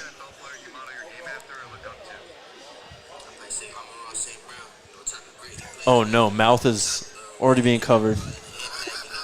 Why is he doing that? I think he's just being silly. You know how you're silly sometimes, like us. Is that the moment to be silly? No. When is it What ever is a moment what to is be he silly? doing? I feel That's like weird. Yeah. we need to. We I'm need to still get it hyped on to. the pick. Yeah. I'm still hyped on the pick, but that was weird. You are getting rid of one weird wide receiver just to get another? Can we send that to Dion just in case anybody out there hasn't seen? Sure. I feel like sure. Everyone's seen it. Oh, okay. Never mind that. Great. If you haven't, just Google Yeah, Mekhi Google it. Lemon Combine Combine. interview. Just Yeah. Google Mekhi Lemon. Yeah, that'll come Yeah. up. It was will be the actually first thing up. Yep, it'll be the first thing I up. can't remember if someone tweeted this or if this was my own original thought. I go through this a lot. Right. But it gives the energy of the snake from Jungle Book. Oh yes. Unfortunately, that was on Twitter. Okay. It could have been me, though. It could have been you. Might have been the one who tweeted that. I did see the tweet. I'll Points show to you. you being the one. Just who the tweeted tongue work? Which I don't know No, that I should he's use kind it. of like slithery. Yeah. Yeah, Don't he's you like, want that from your wide receiver? A slithery wide receiver. Like you can't even His you name can't is even Ka. cover him when he's on the stand at the Combine. 2 A's, right? Look at that. Yeah. Look at the eyes Yeah. in the top left. It's I the mean, same sadly, look. I on this panel have seen this movie much more recently than any of you, so you'd think you were I'd asking, remember. There he Yeah. is. Let's see if he does anything weird. But I forgot about Kenyon Sadiq, so I wouldn't trust my own. memory. Mekhi Lemon. Okay, yeah, we're watching Mekhi Lemon There's making lemonade. I famously was out on Mekhi Lemon not because of the Combine interview, Right. before the Combine interview because of love of the game questions. Oh, tell me about this. There was questions about his love of the game. No. Oh, how so? Oh no. That's Well, devastating. Similar to Teteroa McMillan, who said he doesn't watch tape and then had a great rookie season last Yeah, year. but he loved the game. Everyone knew it. Teteroa? Yeah. You're also a big believer in drafting Hawaiians, which I think I can say. I think I can say that. Do you think is All Simone, yeah. is Same right? season. AJ Brown, what's his love of the game status? Low. Is it low? See, because it's either really I low thought or he really loved the high. game so much that his frustration becomes He uncontrollable. loved the game so much that he was reading books on the sideline during Yeah. games. Yeah, it's not a lot of love. Yeah. I love the game probably more. I've never read a book during a game. What if there's a person Right, but responsible Twitter. for AJ Or Brown just- not loving the game? What? There's a person responsible for AJ Brown not loving the game. Or the reports that he doesn't love the game. I'm just saying. Wow. What do you know? The quarterback that he has to play with. Oh, yeah, he's a Hurts hater. Yeah, he is a Hurts hater. Yeah, Hurts is just worse Bo. Yeah. Makai, Well, you can't say worse about Bo because Bo's not bad. Bo, but not good. Okay. Does that work? That works. Bo's good. I want to make sure the audience No, very good. we We all know Bo's understands good. that's Yeah, what Bo we is think. Okay. The Steelers are up at 21. Speaking of weirdos Steelers. from Southern California. Oh, yeah. Which weirdo are we talking about? Aaron Rodgers. Oh, yeah. right. Yeah. Who's their coach now? McCarthy. Oh, also a weirdo. Yeah, right. Mike McCarthy, Pittsburgh zone. What's that like, though, being at this point? Yinzer. And they added Michael Pittman. They still don't know if they have Aaron Rodgers. Yes. I know. Like, the pre-draft press conference saying, like, yeah, we think he's going to make up his mind pretty soon. Would you rather be leveraged by 47-year-old Aaron Rodgers or whatever he is, or Jacoby Brissett. Jacoby Brissett? No Rodgers. doubt Aaron Yep. Rodgers. Yeah. Will Howard's their starting quarterback if they play it. Aaron Rodgers lost to Bo Nix in Bo Nix's worst game ever. Jacoby Brissett is 1-14 or whatever it is starts. Fair. That's fair. That's a good point. Great The point. best game Jacoby Brissett has played is probably worse than Aaron Rodgers' worst game. Yes. Aaron Rodgers' worst game. Wait, no. Aaron Rodgers' worst game came against the 2015 Denver Broncos. He threw for 73 yards. You think Jacoby would have done better? Well, you said his worst game was better Jacoby's than his best game. best is worse than the worst of Aaron Rodgers. No. This is good. Our that live audience Aaron is Rodgers- really engaged by this conversation. I can tell. Shoot. Kodak loves this. Right. See? There we go. Locked in. We did Got get a one. wave. That was very nice. I'm worried about the Nuggets, but actually, I should be pleased that they're down because this is how they win. The reverse script. Yeah, this Is is it how the 16 whole to season. 6? Is that Yeah. what Yeah, your eyes, man, as good as ever. Yeah. 2020, huh? I'm not going to get into my own personal health. Oh, I think Oh, the no. crowd would Are like your to eyes know. failing? No, I thought they were, and now they're back and better than ever. Oh, thank Congrats. What Yeah, have you it's- done? I think I've gotten healthier as a human. Wow. Yeah. Hell yeah. That's crazy. That helps a lot of things. Wow. Facts. That is great. Real life pro tip there. Exactly. It When you just think like, oh, I'm just getting old, everything sucks now. yeah, Then you just like go to the gym and things Right. get better. They do. it's incredible. That is They quite do. the endorsement. For the gym. RK no free approved. ads. Yeah. No free Free ads. ads for the No gym. free ads. Just take care of That's yourself. a UC Health ad. There we go. Exactly. Or- Exactly. Imagine that. Yeah, imagine that. I felt like the top 10 was going real fast. Yeah, and we now slowed we've down. slowed down. Yeah. Why is that? Monroe Freeling. Tell me about him. Nasty. Prototypical offensive tackle from Georgia. Only 1 year as a starter. Colton Miller is the comp. So it's like, yeah, exactly. The Raiders' exactly. best lineman. Yeah. Is the ceiling there, you know? Like, how good can this guy actually be? I liked him a lot. His tape's good. His lowlights are bad, too. Yes, for sure. Let's go. Favorite pick so far. Fernando, good. David Bailey, meh. Jeremiah Love, You don't have terrible. to name off every player. Okay, I'll think of my own. The Bucks. With Ruben Bain. Yep. Yeah, Ruben Bain's a good one. Ruben Bain is a good one. Getting Francis at 10 is good for the Giants. Yeah. I was going to say I like what the Giants have done. Arvel Reese, though, you do have Abdul Carter already. Well, I told them not to do that. Didn't he only have like I think 3 sacks or something Yeah. last Yeah. year? He was awful. That's true. Is my favorite pick from the Browns? That would be weird. Spencer Fano, though, just a guard. Meh. I don't think he's just a guard. Think he's a right tackle. Maybe even left. Wow. Short arms, though. Doesn't matter. I do like the Ruben Bain pick. That's a good Steelers took one. an offensive lineman. Yeah, Ruben Bain might be. There aren't a lot of good picks. Who's the Iheanacho. offensive lineman? Maxi Iheanacho. Wow. Wow, these offensive tackles are going fast. Colorado's own? No. No, we can't claim them. Sorry, But if you keep Ryan. saying that, eventually we'll be right. Sorry, Ryan. Yep. He's coming. Gotta wait for He's Pregnon. coming. There you go. Pregnon. Yeah, Pregnon. Yes. Yeah. Yes. Colorado kid. TJ's own. Thomas Jefferson. Of course. Yes, home of Famous Kyle Denver. Freeland. Yeah, Daniel Graham's alma mater, if you can call a high school an alma mater. I don't know, actually. Yeah, that's a good question. Chargers are on the clock. Ooh. What's the most hilarious Chargers pick here? Caden Salter. Oh, yeah. That would be pretty great one. hilarious. Like the Michigan fullback. Yeah, Max Bredesen. Yeah, that'd be Hell great. yeah. He is on Fran's draft guide. Is he? Yeah. There's a Michigan fullback? Oh, yeah, he's of course. Big boy. That would, I mean, that's, Yeah. they're going to Goes have him without eventually. saying, yeah. I mean, Yeah. yes. Right. He's going to a I'm still Harbaugh holding out brother. for Noah Kowski. Oh, yeah. No cows. That'll be like the 5th overall pick when that happens for the Broncos. It's so gonna be Sean incredible. Payton, too. Yeah. What if they took Zachariah Branch? That would make me kind of laugh. Yeah, that'd be funny, especially with Ladd already there, just doubling up on small slots from Georgia. I don't know. What do you think would be a funny pick? It's a good Stowers? question. It's a good question that I asked you. That would be a crazy one. They have been known to, overdraft an offensive lineman. True. That's the safe bet is offensive line. Mesidor could be the pick, too. Pregnon. Boy, O-line, like Either way. Bizantis? Is that next up? They've all flown off the board. Let me see. Caleb Lomu, I guess? Yeah, Lomu. Yep, and then we're on to Jennings Dunker, Caleb Tiernan, Yeah. DeSantis, Pregnon, Rutledge. That would be an overdraft. Yeah. That would fit like the Chargers Harbaugh mold, though. Yeah. At what point does Harbaugh have to win a playoff game? When the players stay healthy. So he never has to win a Never. playoff game? Yeah. Never. Yeah. Yep. Because they are the Chargers. They never will be healthy. Have you guys ever heard about how people do death pools? Yes. What is that? So people will do this thing where they're like, you draft Have you seen the movie famous Deadpool? people to die.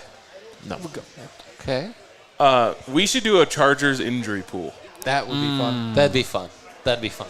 I like where you're Okay. going with this. Pick the Charger who's going to have a season-ending injury, and then you win the pool. Hell yeah. Wow.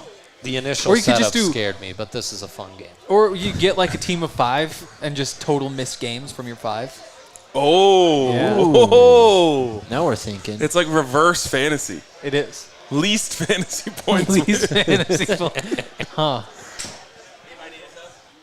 I got you. Penny's coming back. Look at that. He still has Everybody some tighten up. ability to Act natural. Bend? get in and out of routes. Great bend. Yeah. Quick feet. I don't know if I like this new Jake without the hat. Here you go, Jake. Streets have a lot of comments on hatless Jake. It's a very popular topic of conversation.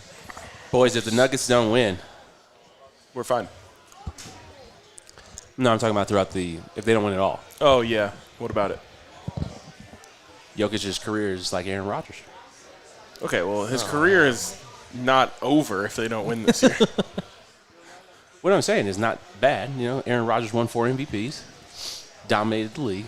Just didn't Jokic get should have 6. He should. MVPs. Yeah. Stop it. Yeah. In a row. He should with Yeah. this year. Stop it. Yeah. He just had his best season. Stop it. Stop it. Stop But it. the Stop best it. case Stop for it. why he shouldn't is that they didn't do it for anyone else. But that doesn't make – 2 wrongs don't make it right. Right. Like LeBron should have won like 10 in a row. Yeah, exactly. But Steve Nash won 2 in a row, and Kobe should have won those.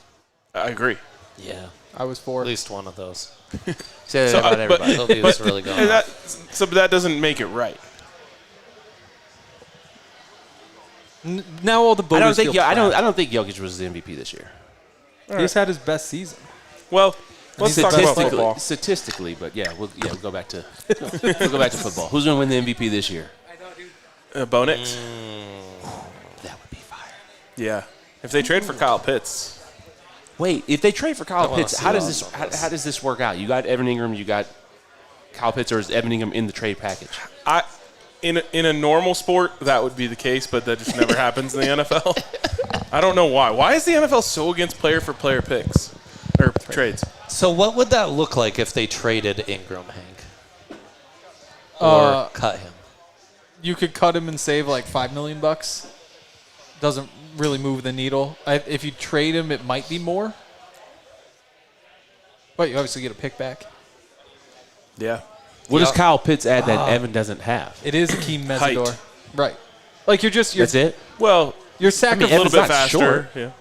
You're sacrificing Evans' hands and run after the catch ability for Pitts' height, I guess. It's just And the height. speed. Is he faster than Evan? I don't know if Kyle Pitts is faster than Evan. Like certainly Evan in his prime is faster, but I think at this point I'd say even. I'm pretty certain Pitts is faster than Ingram at this stage of his career. Still? Okay. Not Yak. Yeah, I mean the tackle breaking is Evan. You don't think so? Kyle Pitts doesn't have any he's wiggle. so Also, I'm much confused about bigger this that he's hands harder thing to that you bring said. down in the I know, open right. field, right? No, Evan has the drops, but I mean the only way for Pitts to catch is to hug the ball. Yeah. He's so big and fast, though. Right, then those arms get all tied up when he tries to catch it, so all he can do is that. I mean, this is a guy who has a 1,000-yard season and a 900-yard season. Oh, yeah, I think no, he's he is figured tall. out how to catch it. He is tall. Yeah, just like that. Okay. Cortland Sutton does that a lot. Ingram just didn't look super explosive or fast or like much of a yak weapon to me in year one in Denver. You know? Yeah, well, if you don't get the ball, you don't know Yeah, that you're being yeah, targeted. If yeah. you don't feel comfortable because you're in and out of every single huddle, Play, yeah. I mean, I think it's hard to get a rhythm in terms of. I think he's a rhythm type of player. He's one of those players where I think you have to give him the ball on the first drive. Yeah. You know, I think he's a rhythm player. That is. He's been like that throughout his career. I don't think he's an interchangeable. Okay, hey, wholesale changes with the skill positions, and then you expect him to make a play.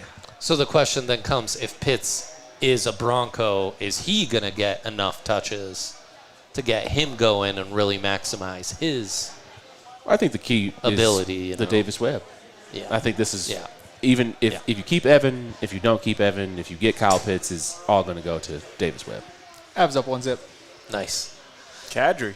Yeah, I really feel like we've kind of missed out on some of the gadget players and more exotic offensive looks of a Sean Payton offense, and I'm hoping that Davis Webb can bring some of that. Yeah. I'm also hoping a guy like Waddle can really unlock the rest of the skill guys and make it so that you can, find more production out of those kind of complementary pieces. How much pressure are you putting on Bo this year? I mean, this is the year he gets paid. amount. Yeah. Yeah. You said max amount? The max amount, yeah. Yeah, you're right. This is the money year. Right. Yeah. After this year, you give him the contract if everything goes as you expect. So, in my opinion, you put as much on his plate as you would if you were paying him $55 million a year. 60. $60 million. So if he played how he played this year. Pressure's 4 years times $60 million, so about $240 million of pressure. If he played, that's a $250 million. $250 million in pressure. If he played how he played this year, you extended him at the end of the year? I think your back's up against the wall. You don't have a choice. I think that I think paying a quarterback has almost always been the wrong decision, with the exceptions being Patrick Mahomes and Tom Brady. But Tom Brady was given discounts, though. Right. So, and yeah, so I think it's almost always been the wrong decision, but I don't think there's any other choice you can make. You have to. He's got to. I feel like that's a longer list. I don't want to than have the those two, conversation but of him playing the exact same way because that actually would be a weird place to be. Yeah. But the answer would still be yes. You pay him. You don't let him go another year? He would just be going into year 5. You pick up the. I don't think he would. You pick up the option. Yeah, that's fine. And then you let him. You extend him in year 4 at the end of year 4. That's also fine. It is like it would be unconventional. The other thing is, if he plays like he did this year, maybe you get to re-sign him for $35 a year instead of $60. Also, if he plays the way that he Like did closer this to year, the- he's Malik like Willis he ends up being like the most prolific clutch quarterback Look that through up. 3 years in NFL history. So that's got to be worth a lot, like $240 million a lot. Because then you have 2 full seasons of him like being the best quarterback in the fourth quarter. Yeah, for sure. Yeah, when you're talking about $60 million a year, you need to lead the league in passing. Well, I mean, a bunch of guys are going to get paid $60 million a year who don't lead the league in passing. yeah, they're Oh, just Dak is being top 10 Dak's highest paid, quarterbacks, and yeah. he balled. He did. But everyone who comes up is going to just go off of that contract. Yeah, so Malik Willis was 22 and a half. Baker, so I mean, it's mostly about the newer deals, I guess. I gotta find those. The Chargers took a 25-year-old pass rusher that I was hoping could drop to the Broncos at 62. Who's that? Akeem Messidor. Opposite Ruben Bain. at Miami. Interesting. Where is he on the Fran Duffy big board? I think he was in That's my Bible. the 30s. It is mine as well. In fact, it's the first tab I have open here. Go to Edge. That's an interesting. He was 46th. Oh, let's go. We love a Chargers Yep. overdraft. We love it. We love to see it. And refined Yaya Diaby is his comp. That's a good call. And then Mansour Delaney was like 23rd on his board. Yep. Wait, tell me more about this pass rusher. Me. Yes. Yeah, no. No, Benny. No, I mean, vet pass rusher really came on, especially second half of the season as Miami was in the playoffs and making a run, like really refined, really love how he attacks the inside shoulder. That's what appealed to me, is not quite a 5-tech, but a guy who can play hand in the ground, has that speed to power, has the ability to get inside on you.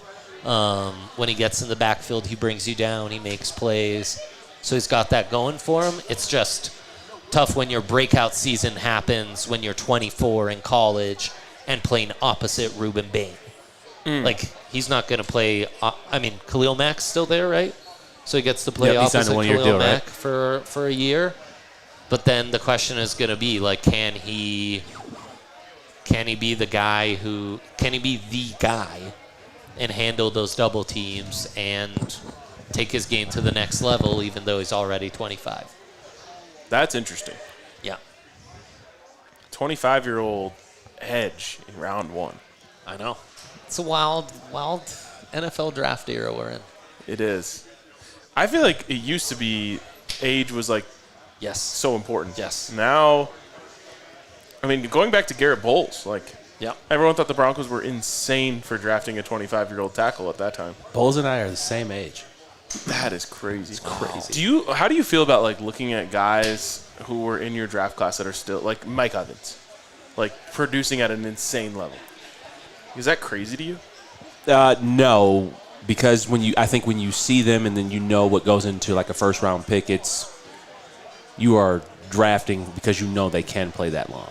Yeah. And when I saw DT or when I saw people like Emmanuel Sanders or even Akeem, like they're first round picks for a reason. Like there's something different about them. Mm-hmm. There's something different about them. They can play 65 plays. They can play 70 plays a game. They have the mentality. And then also, like, they just have the genetics of, like,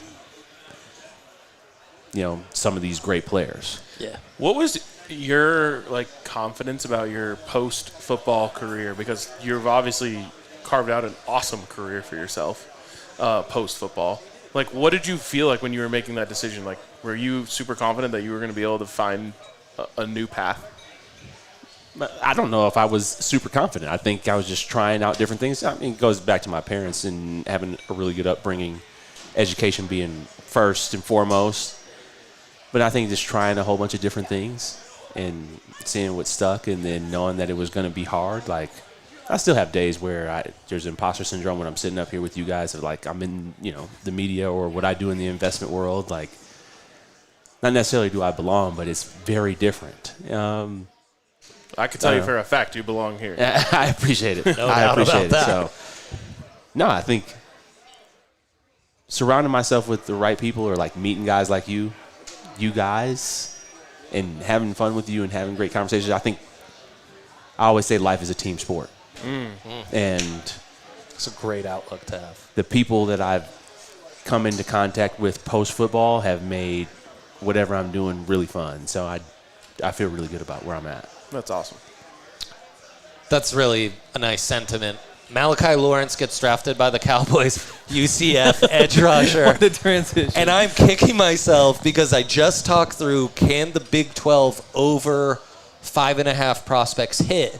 And we could only come up with 5, and I forgot about Malachi Lawrence and UCF being a Big 12 team. Oh. It's so hard to keep track of this anymore. Yes. What they Big East, right? Used to be Big East? What did they used to be? No, UCF was in the American. They might as well just go to like the Premier League style.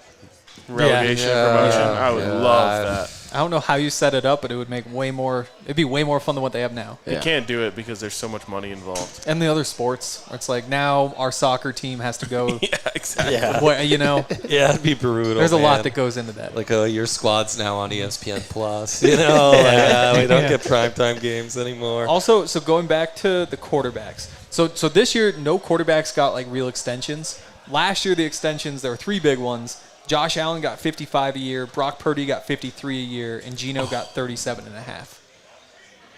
53 for Brock Purdy. 53 a year for Brock Purdy. And that's what I'm saying. Like, that's the running price. He's elite, though. Yeah. What? If there's a dozen elite quarterbacks. We cannot use the E word with him. You can be elite without leading the league in passing yards, right? So when I say elite, obviously it's not his athleticism, but Brock Purdy can do something that only 4 or 5 quarterbacks in the league can do right now, which is throw the ball blindly. Brock Purdy can't see over the line, so he is all anticipation and timing. I think Stafford does that. Goff does that. No other quarterback is really doing that, where they are throwing the ball blindly all the time, on time. Okay. I think that's what his skill is, his accuracy in the way that he plays. And he's gone to the Super Bowl, NFC Championship a couple times. Yeah. They didn't do that with Garoppolo. They went to one Super Bowl with Garoppolo, but Kyle Shanahan, I don't know. $53 million? That's a lot of money, but I think Brock, he earned that. Well, I think we're going to feel that Bo earned it in a year as well. The year before. I'm not saying Bo can't do it, but I'm just saying, I think that's a very good comp. You're going to want to see, what I'm going to want to see out of Bo is just that next step in quarterback play. The year before, Zeke Najee with a 3. No AG. Holy cow. Year before, you had Dak get 60 a year, Jordan Love get 55. Remember, Jordan Love had the 1 year before that, got 55. Trevor Lawrence 55. I think Bo's better than Jordan Love right Tua now. 53, Goff 53, then Baker 33. But that must have been a down year. Yeah. A while back. Jordan Love's super talented, but I would take Bo over him. But then, what about Trevor Lawrence? I would take Bo over him too. Yeah. So all think these people guys are in that range. I think people just like Trevor Lawrence just because of his mechanics, not because he can actually. He's really good, He's but super tall and. And he looks fits like the mold. Sunshine from the Disney movie. I think that helps a lot. The reason I say none of those contracts have ever been worth it is because the only 2 quarterbacks who've made 12.5% of their team's cap and won a Super Bowl are Patrick Mahomes and Tom Brady. And the only other 2 who've made it are Matt Ryan and Peyton Manning. And the equivalent of 12.5% right now would be $35 million. So you pay a guy $35 million or more, the data would say you can't do it. That's great. It's going to have to change. Outside of this, because there are just so many more who are fitting into that tier. But it still doesn't. We also don't have an alternate world where those teams don't re-sign their quarterback. Right. Like, the opportunity cost. Totally. Yeah, you got to is there. And that's why you have to do it. If you just punt on your championship window because you can't. Well, and too large a percentage of your cap. It's like, okay, Stafford wasn't a large percent when they won it? No, he was still just below because it was the beginning of the deal. Same thing. So, Hurts was the first year of the extension, so he was only 5%, but he gets all the money after. My guy Shador just got KC Concepcion. Oh, wow. And he was my original favorite wide receiver that the Broncos could take at 30 before I decided that the Broncos couldn't get a receiver that would make their room good enough. Right. Yeah. Think about that. And then I was like, we should just trade for an elite wide receiver. And that's what we did. Little slot receiver with hands questions. What could go wrong? And he still wouldn't have dropped that He's- 30, you know? He's electric. He's No, electric. He's electric. He's fun. A little Zay Flowers-esque. Who's electric? Yeah. He is electric. They're Cleveland big on the undersized guys. Spencer Fano. I know, and and Casey I was just, Concepcion. we were talking about Casey on the Buff show today, and I was just like, but they need size at wide receiver. I'm not an They have undersized no, receiver guy. They have no big receivers. Yeah. It's on brand. Yeah, I think it's just hard to find the receivers, slot receivers in the NFL. Like, I just think it's hard to find those guys. I think you need to be 6 feet. Well, you got to maximize that. Well, You really got to make what you got work when you're an undersized receiver. And you got to be elite on the outside. Yeah. Like, Odell was 5'10", but, like, I mean, the skill set was there. Right. Justice Evers is tall. JSN, decent size. Garrett Wilson's not that tall. No, He's small. He's 5'10". Yeah, Maybe a I tick mean, more. I don't think Casey's going to Tick play more. that role, though. I think he's going to be a slot. I think he will And be you a said slot. He got wiggle. Mm-hmm. Oh, he's wiggly. No wiggle. Oh yeah, he's got that wiggle for sure. But you got wiggle? I do not. I intramurals, they were like, you go run some routes. I wasn't getting open at all. It was a disaster. Wiggle, not what I've got. I can go, left to right with a basketball, but that's about it. You a hooper? As far as wiggle. I'm more of a hooper than a football player, yeah. Yeah. That's what I Dre, played in high school. Power forward. Played with That's what I Dre played in once. high school. I was impressed. Yep. A terrible jump Power shot, forward. though. He said Dre's power forward? He was in Yeah. high school. Yeah. Everything at the rim. Yeah, I'm not settling for shots. I don't have that in my game. Yep. In Milan. Where'd you go to high school? The American School of Milan. Yeah. And How many points did you average? Oh, like 2. Just a 5'8" Probably power average forward. more fouls than and lots of box outs. Maybe fewer rebounds than box outs, Right. but a lot of hit. The old Hips in the BOPG, side, box outs per game. How many games did you win? Yeah. Oh, I think in 4 years we must have won 5. Yeah. Yeah. We could drink in high school, so Friday night we'd show out. The Saturday morning game, we would all be so wrecked. It was a disaster. We also could drink. Yeah, I know. Well, we could actually go to the bars, so That it is was so it was a crazy. mess. That is It was a mess. crazy. Yeah. Imagining, we did not like, make wise decisions. Our coaches Me and did my not love idiot us. friends being able to go to bars in high school. Yeah. I could tell you some stories. Tune into day 2 and 3, and we'll get into some of those. No doubt. The Bears are up at 25. Let's go. A little Pick all-city we've all pick been waiting here. for. Do we play the Bears this year? No. Yes. Yes. Really? Maybe I'm confusing that the Buffs play Northwestern. That's probably it. He's planning on covering going two to teams Chicago. at once is hard, man. Your wires get crossed a lot. I feel like Bo's going to start some rivalries, or the rivalries are going to pick up this year. They're playing Buffalo again, correct? Or no? First place, yeah. You have Drake No, wait, May. they didn't get first place. They're going to play Drake May. Yep. That could be the start of something, maybe. Yeah. And Bears were first place. Oh, but that's not Right. Yeah. Oh, they don't They play do the not play Bills. Yes, they do play the Bills. There we go. Bills, Jags, Raiders, Seahawks, Chiefs. Jags could be a thing. Yeah, Jags could be a thing. Dolphins coming Definitely in. with us and I know. calling them a small market team. Yeah. Right. And whatever I They're a said, thing to I me. don't even Yeah. remember. They probably still remember. They it. remember what you Yeah. said. Small markets do that. Right. Small markets do that. They remember everything. Bigger market this year, though, right? They're playing in Tampa? No, playing. Where are the Jags playing this I year? have no idea. Well, they'll play in London. Yeah, they've got that going for them. 4 wide receivers drafted so far: Jordan Tyson, Carnell Tate, Mekhi Lemon, and now Casey Concepcion. And what's your over/under? They're Orlando. I was set at 5.5. I was more inclined to take the over. Hank and Jake talked me off of that. So who's left though to go? Denzel Boston would be the next option. He's not going here. I'll tell you that. Jags home games in Orlando this year. Oh, okay. Big market. Yep. Omar Cooper Jr. was expected to go way higher than this. Stadium renovations. Yep. The Orlando Jaguars. Doesn't hit. Near to Jacksonville, really. Well, at least that's an alliteration. Yeah. Ugh.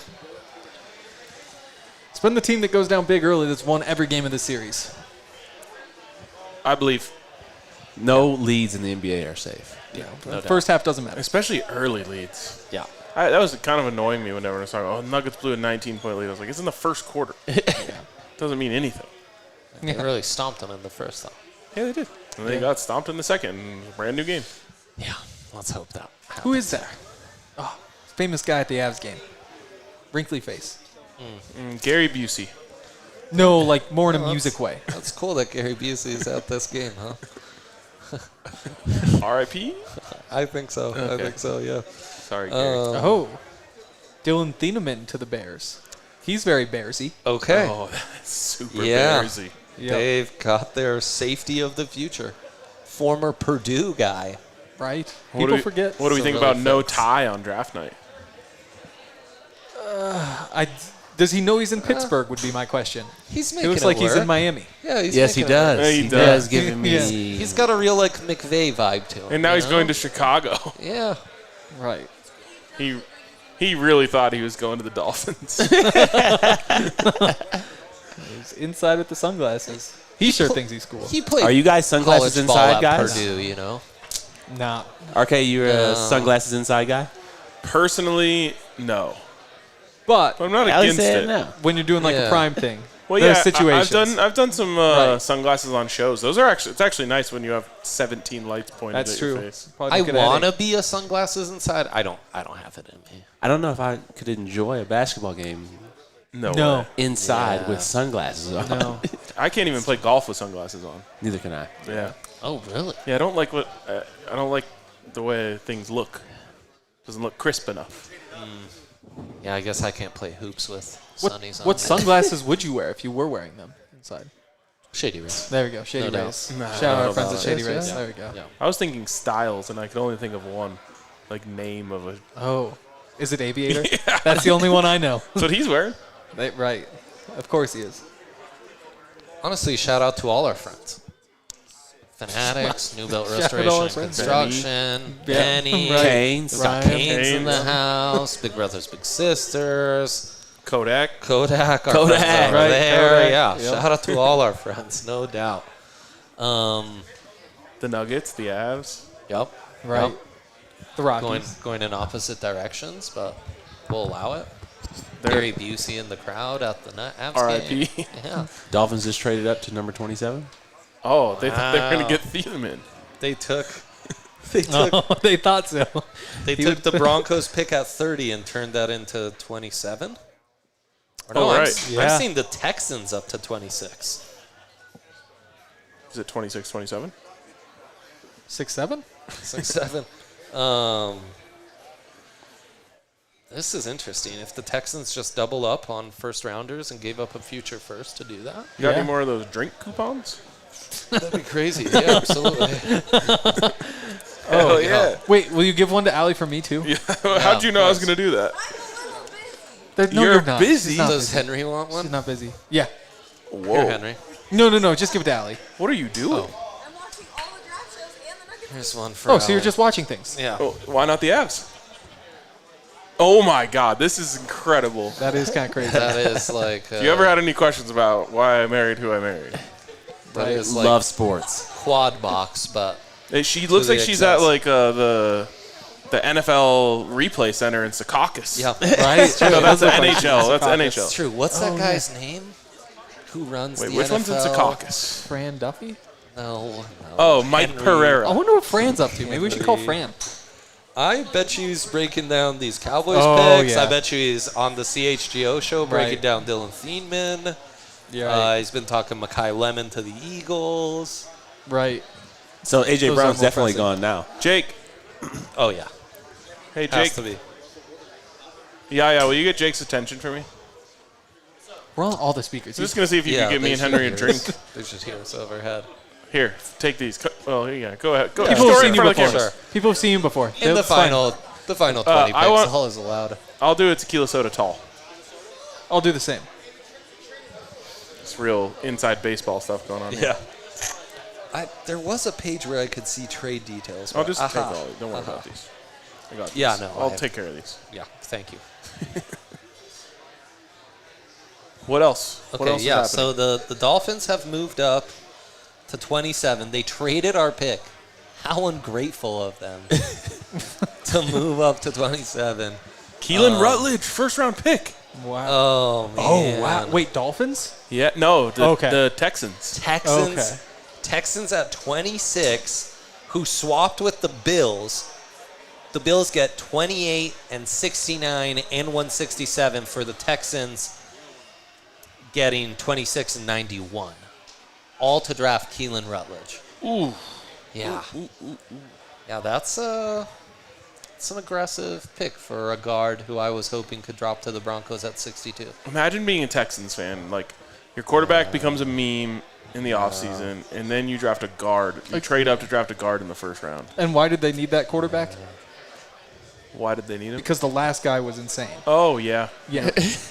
They can't catch a break. C.J. Stroud had one of the best rookie years He ever. did. Though. He could play. He did. He could throw it. He could throw.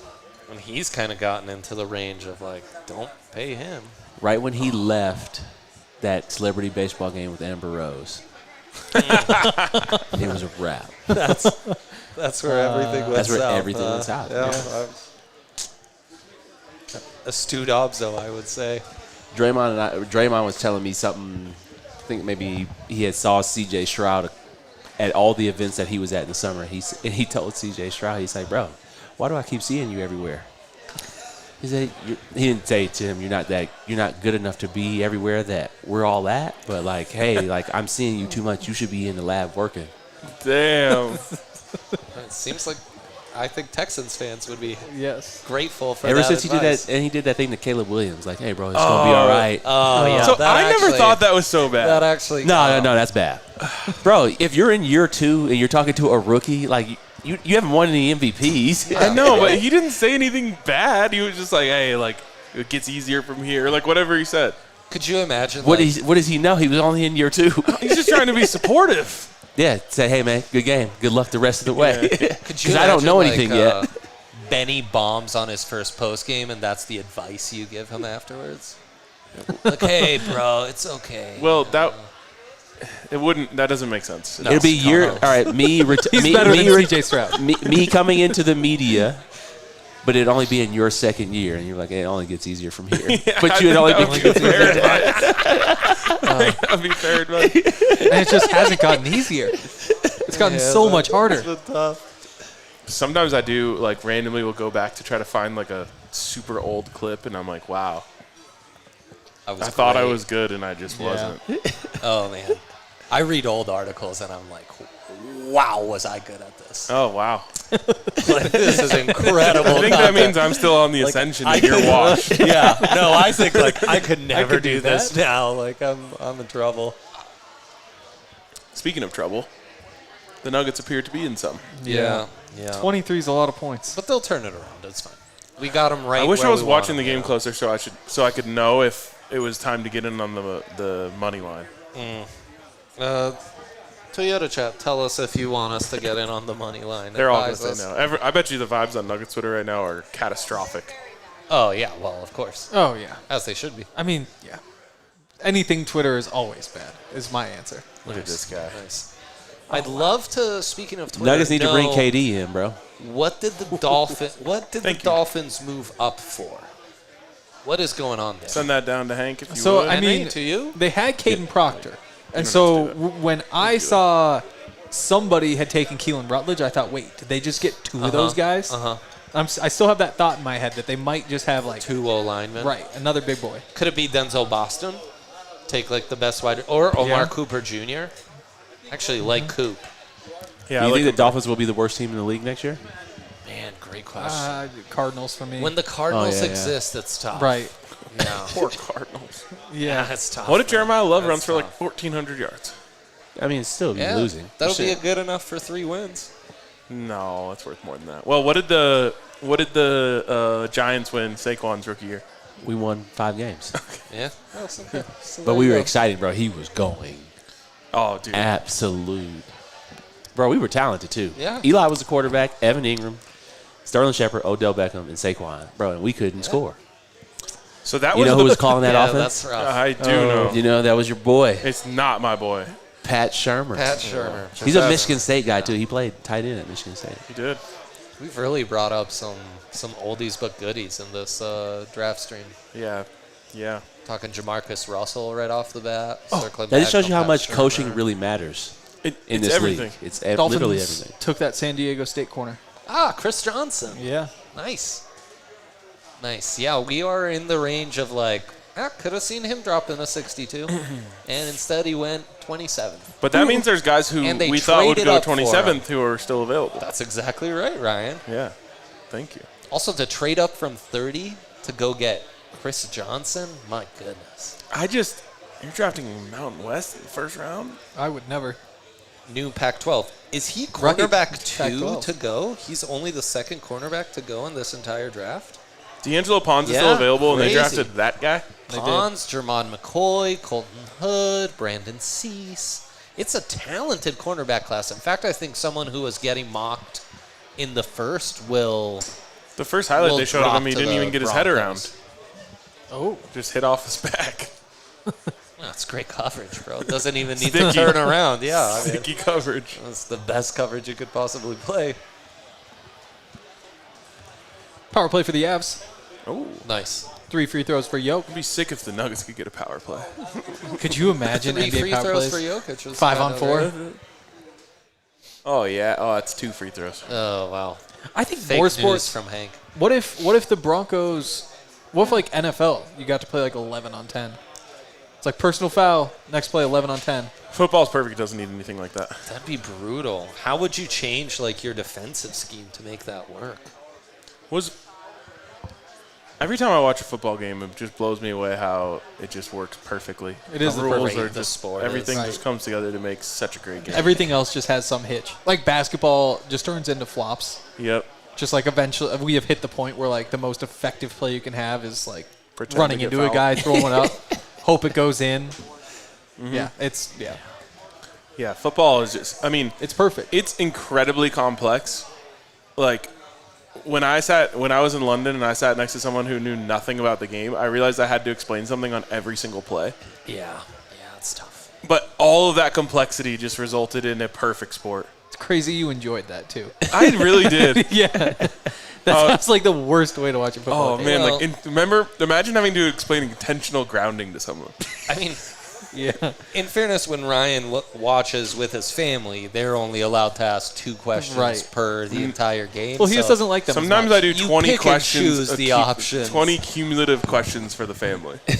You kind of pick and choose who you like questions from during If the someone game has an and who accent, you don't. it's just a lot easier for me. Yeah, you do kind of accent discriminate, but in a positive way. Yeah, that's the opposite of discrimination. The Patriots have moved up to this pick, and they take Caleb Lomu, an offensive tackle. They do need a left Does tackle. Vrabel care about the pick? Yeah, what's... Well, he's going to have to talk about it. Yeah. Who reported it? Vrabel won't be there the rest of the OTAs, probably. To go to sex therapy? Wow. Maybe it's a long program. He's not actually going to therapy. Getting his master's. That's just what you say. Yeah, for sure. He's It's not going to therapy. Okay. I might start using that when I'm working remote on Friday. Nice. Like, hey, guys. You think Tiger's in rehab? Going to therapy. No. I buy he's in Europe. What about Puka? Puka? Yeah, he had a Okay, real pop. okay, good. Yeah, he was. That's fun. Hey, we got to get this cleaned up really quickly. Yes. You should check yourself in. 1 for 3. That's good. At least someone's where they say they're going. Oh, man. Oh, no. I cannot. Those are the ones you always make. Oh, boy. Boy. I don't like this. Damn the Timberwolves. It's a good thing we have a bay.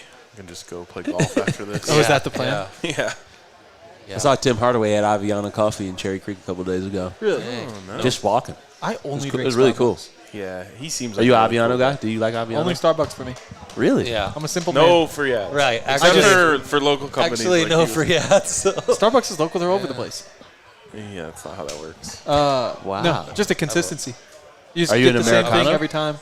What do you cold brew. get? Just Cold cold brew. Yeah. Even when it's cold. I will say that large Wow. coffee company from Seattle does make the best cold brew. I've yet to find anyone who can match it. Yeah. You guys don't like? It's just the same thing You every guys time. don't try any of the local coffee I do. shops? I actually do a lot. It's just Something about cold brew is really hard to do well. Apparently. I feel like I do it better at my house than most coffee shops. Do you make your own coffee? Do you make They're your own like coffee? kids. They just like Disney. You know, it's like He's Italian. This is the most Italian thing ever. Like, an American person would never have a coffee mug this small. I made myself an espresso and then added a little milk, and that's what I was sipping on. Bro, Wait, what is it? That was I perfect. can't even imagine. Is that what it is? Espresso, Yeah. I can't even imagine having a drink that small. I've been drinking water as well. Like, so I made an espresso before I left. Yeah. Double espresso, a bunch of ice, and then water to like make it so I can have like a drink. You're just a thirsty guy. You're I really am. He's an American. You're like double fisting bevies anytime I see you, you're double fisting a bevy. That is true. I mean, You usually I must have walk in the morning with a cleanest kidneys coffee in and the world. and You're water. just like Got to stay hydrated. staying out here. hydrated. Yeah, you're just a true native. Okay, and the Chiefs are up now at pick 29. Again, huh? They going receiver? Let's see how they botch this. Peter Woods. Ooh, Peter Woods. defensive tackle. Clemson defensive tackle. Yeah, used him on the edge a little bit too. Kind of fun. Not much, but like the fact you do that with a guy who's 330 is kind of crazy. He's a true like 3-tech. Yep. So you're going with kind of a Chris Jones retirement plan. It's crazy. This is only the second defensive tackle drafted in round 1. The first one was Caleb Banks. And both of those guys were We guys were that all people shook thought by. could fall to the Broncos at 62, right? Woods, I don't. Okay. We'll just Banks for sure. Banks for sure. Because the medicals were so scared. Yeah. You playing golf this weekend?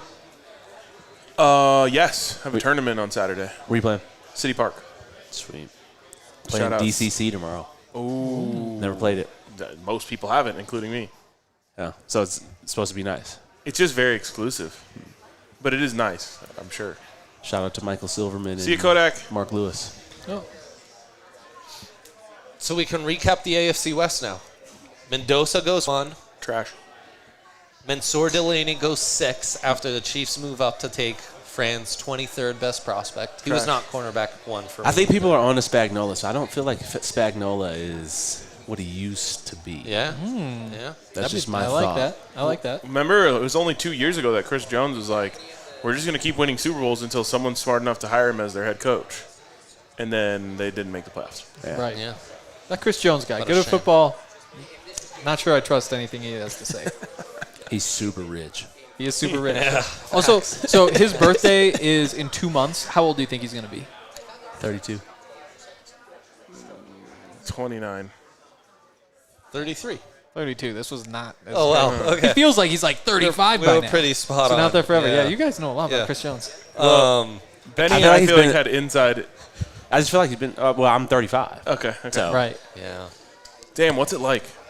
to be 35. Well, Yeah. I'm not 35 yet. I'll be 35 in 2 months. Oh, so you don't even know. Wow. Good for you. You and me in the same plane. When do you turn 35? I just turned 34. Okay. Yeah. No, I'm turning 35. So, what does So it feel like to be 34? It feels like I have to try harder at life. Jets trade up from 33 to 30. Like waking That's up the every typical quarterback trade up. Yeah. Could the Jets go quarterback? It's just like everything has to be paid attention to. This Broncos Body. body just getting Yes. passed around. Sleep. You have to like It is. like I used to just be able to sleep not at all and be fine. Yeah. Now I have to actually sleep. Yeah. So everything Isn't has it to be- crazy that Steph Curry's only 3 years older than us? No, he's my age, which like blew my mind. We were talking about it in the office yesterday. I was like, this is impossible. Yeah. It's crazy. A person like me can hardly walk anymore. I don't understand how The this crazy guy's th- still playing hoops. The crazy thing for me was how old I feel and how I can only remember 2 basketball seasons that didn't involve LeBron James. Wow. Yeah, that's crazy. Like I started following the Nuggets 2 years before they drafted Carmelo. And He's been in the league. he's been there the entire time. Yeah. He graduated high school 2 years before I did. I was there for the whole thing. So ridiculous. Can you imagine going to school with LeBron and be like, hey, what are you doing after this? Going to the NBA. My God. Yeah, everyone's like, where are you going to college? Wild. Peter Woods may be the best pick of the AFC West in the first round. Yeah. It's the only one that I don't You can't outright truly hate. Yeah. Yeah. I mean, Fernando. You think they're going to start calling him Dick Trees? Omar Cooper. Wow. Maybe. I would if he was on the Broncos. It's a fun nickety. It's a fun nickety, no doubt. Who moved up to 30, Hank? Jets for Omar Cooper. Oh, wow. Oh Great my pick. God, the Jets. Stop. So they finished the day with David Bailey, Kenyon Sadiq, and Omar Cooper. It's a nice haul. That's sick, dude. They just went from 2 wins to 3. Yeah. And they will now be running for 2.6 yards per carry. Yeah. Who's throwing You the guys ball see to Peter him? Woods? He's got it all green. Everybody's got white on. Damn. Peter Woods. He just won the Masters. Congratulations. It does Everyone look thought like, it was Tiger, but it was Peter. like, is that Pitbull in there with him, or is that Dad? It's hard to say. Right, with all that white, you can't tell. Yeah. With Shout the out. sunglasses. Shout out Pitbull. Sure. Okay, cool. Cool. Shout out. Yeah. Where's They Mr. say he's in Mr. Atlanta. Worldwide? They say That's what he's in Hank Atlanta. listens to in his free time. He's about to go to Kansas City. He's going to have a rude awakening. What type of city that is? Yeah. Where's he from? It looks like he's in Atlanta. Oh, yeah. And he went to Clemson. Yeah. Clemson. Yeah. Still gets good barbecue, though. Only 2 picks left. Yeah. Barbecue's elite. Could be bad, though. It's crazy. The barbecue in Kansas City is so good that it makes it hard for me to hate on the city. Because I used to just hate on it like before I went there, and then I went there and the food was so good that like I can't talk down on the city that much because the food is so good. It's pretty elite. It's so good. Only But 2 the team picks left. sucked. They burn in hell. Bills and Seahawks remaining picks. Do you care if Jadarian Price is drafted at all? Also, I'd like I to see believe him it's fall. Jadorian. No. No, it's still not. No. What do you mean it's still not? Well, you've probably tried that before. An A has never made an O sound. Hey, Hank, this is how these things work. Ludwig Oberg? That's a different language. Yeah, that's a different language. It's never the obvious pronunciation, Right. you know? When you see an A, you got to say O. One of those And Notre doesn't he have the Dame dots? broadcasters was calling him Jadorian. Jadorian. It was really like, is there an O in here I'm missing? Jadorian. That's like changing both A's for O's. Also, if Mike Washington is RB2, I win a plus 650 bet. Okay. So we're invested in that. Yeah, you're against Jadorian. I mean, I'd love for him to slip to the Broncos. Who are your dream slippers? Let's do the show we would do tomorrow morning in these last 2 picks. 'Cause Cinderella. We're not doing a show. Oh boy. Dream slipper. Yeah, it's true. Let's do a fact. So, okay, let me who does Ryan want? Not who Ryan thinks they'll select, which is Deny, Dennis, Sutton, DDS. Yeah. I've heard the nickname The Dentist. I've heard DDS. that too. Yeah, is that a good? You like that? I like it a lot. Okay, good. Okay, let me think about people that could slip that I would love to see in orange and blue. Jermon McCoy's still around. Top 5 pick in this class, if you ask me. But this is a hard one for me to explain, but I'll try. Okay. If the I'm not the biggest Stowers guy, but if the Broncos were to draft Stowers, I would be very excited about it. Yes, 1,000%. Jacob Rodriguez, that's my number 1. Yeah, J-Rod. Lee Hunter, still on the board? Yeah. Texas Tech. And then Bud Clark. But that's not really like a slipper. Bud Clark. 62, not too rich. I think he's 72 on Fran's big board. Yeah. Let's listen to the show from yesterday on my drive in. I believe it's 73. Okay. Did you like and subscribe and leave a comment? No, I was listening podcast version. So that's the way to already listen. like 5-star review, Apple. Yeah. I think in many eons ago, I think you can double up. We'll try. If you haven't reviewed us in a while, review it again. While you guys are golfing, I'll leave some reviews for sure. You. I got you. So Fran doesn't have a pronunciation for Jadarian Price, which means why would you need one? It just is it's what just it is. what it says. Yeah. Well. Okay, so the Bills have to draft someone that can help them beat the Broncos. That's what they're thinking right now. Yeah. Who would they get? They need a pass rusher. Bad. Don't they need a pass catcher? They added DJ Moore, but many are saying they still need a pass catcher. Yeah, DJ Mid isn't. They still have Shakir. DJ Less. They still have Keon Coleman, who people don't like. I think they're trading him. In fact, the ownership blamed. They threw him under the bus. Blamed the GM on wild, blamed dude. the coach on drafting him. Like, This idiot told us to draft Keon Coleman. Can you believe it? Would you take Keon Coleman for a late round pick? Yeah. Broncos? I don't know. For one of the Mr. Irrelevant picks? Yeah. Just for the content. I like LJ. He does great content. I like LJ. Yeah. But that's who he would replace. Mm-hmm. And you would have.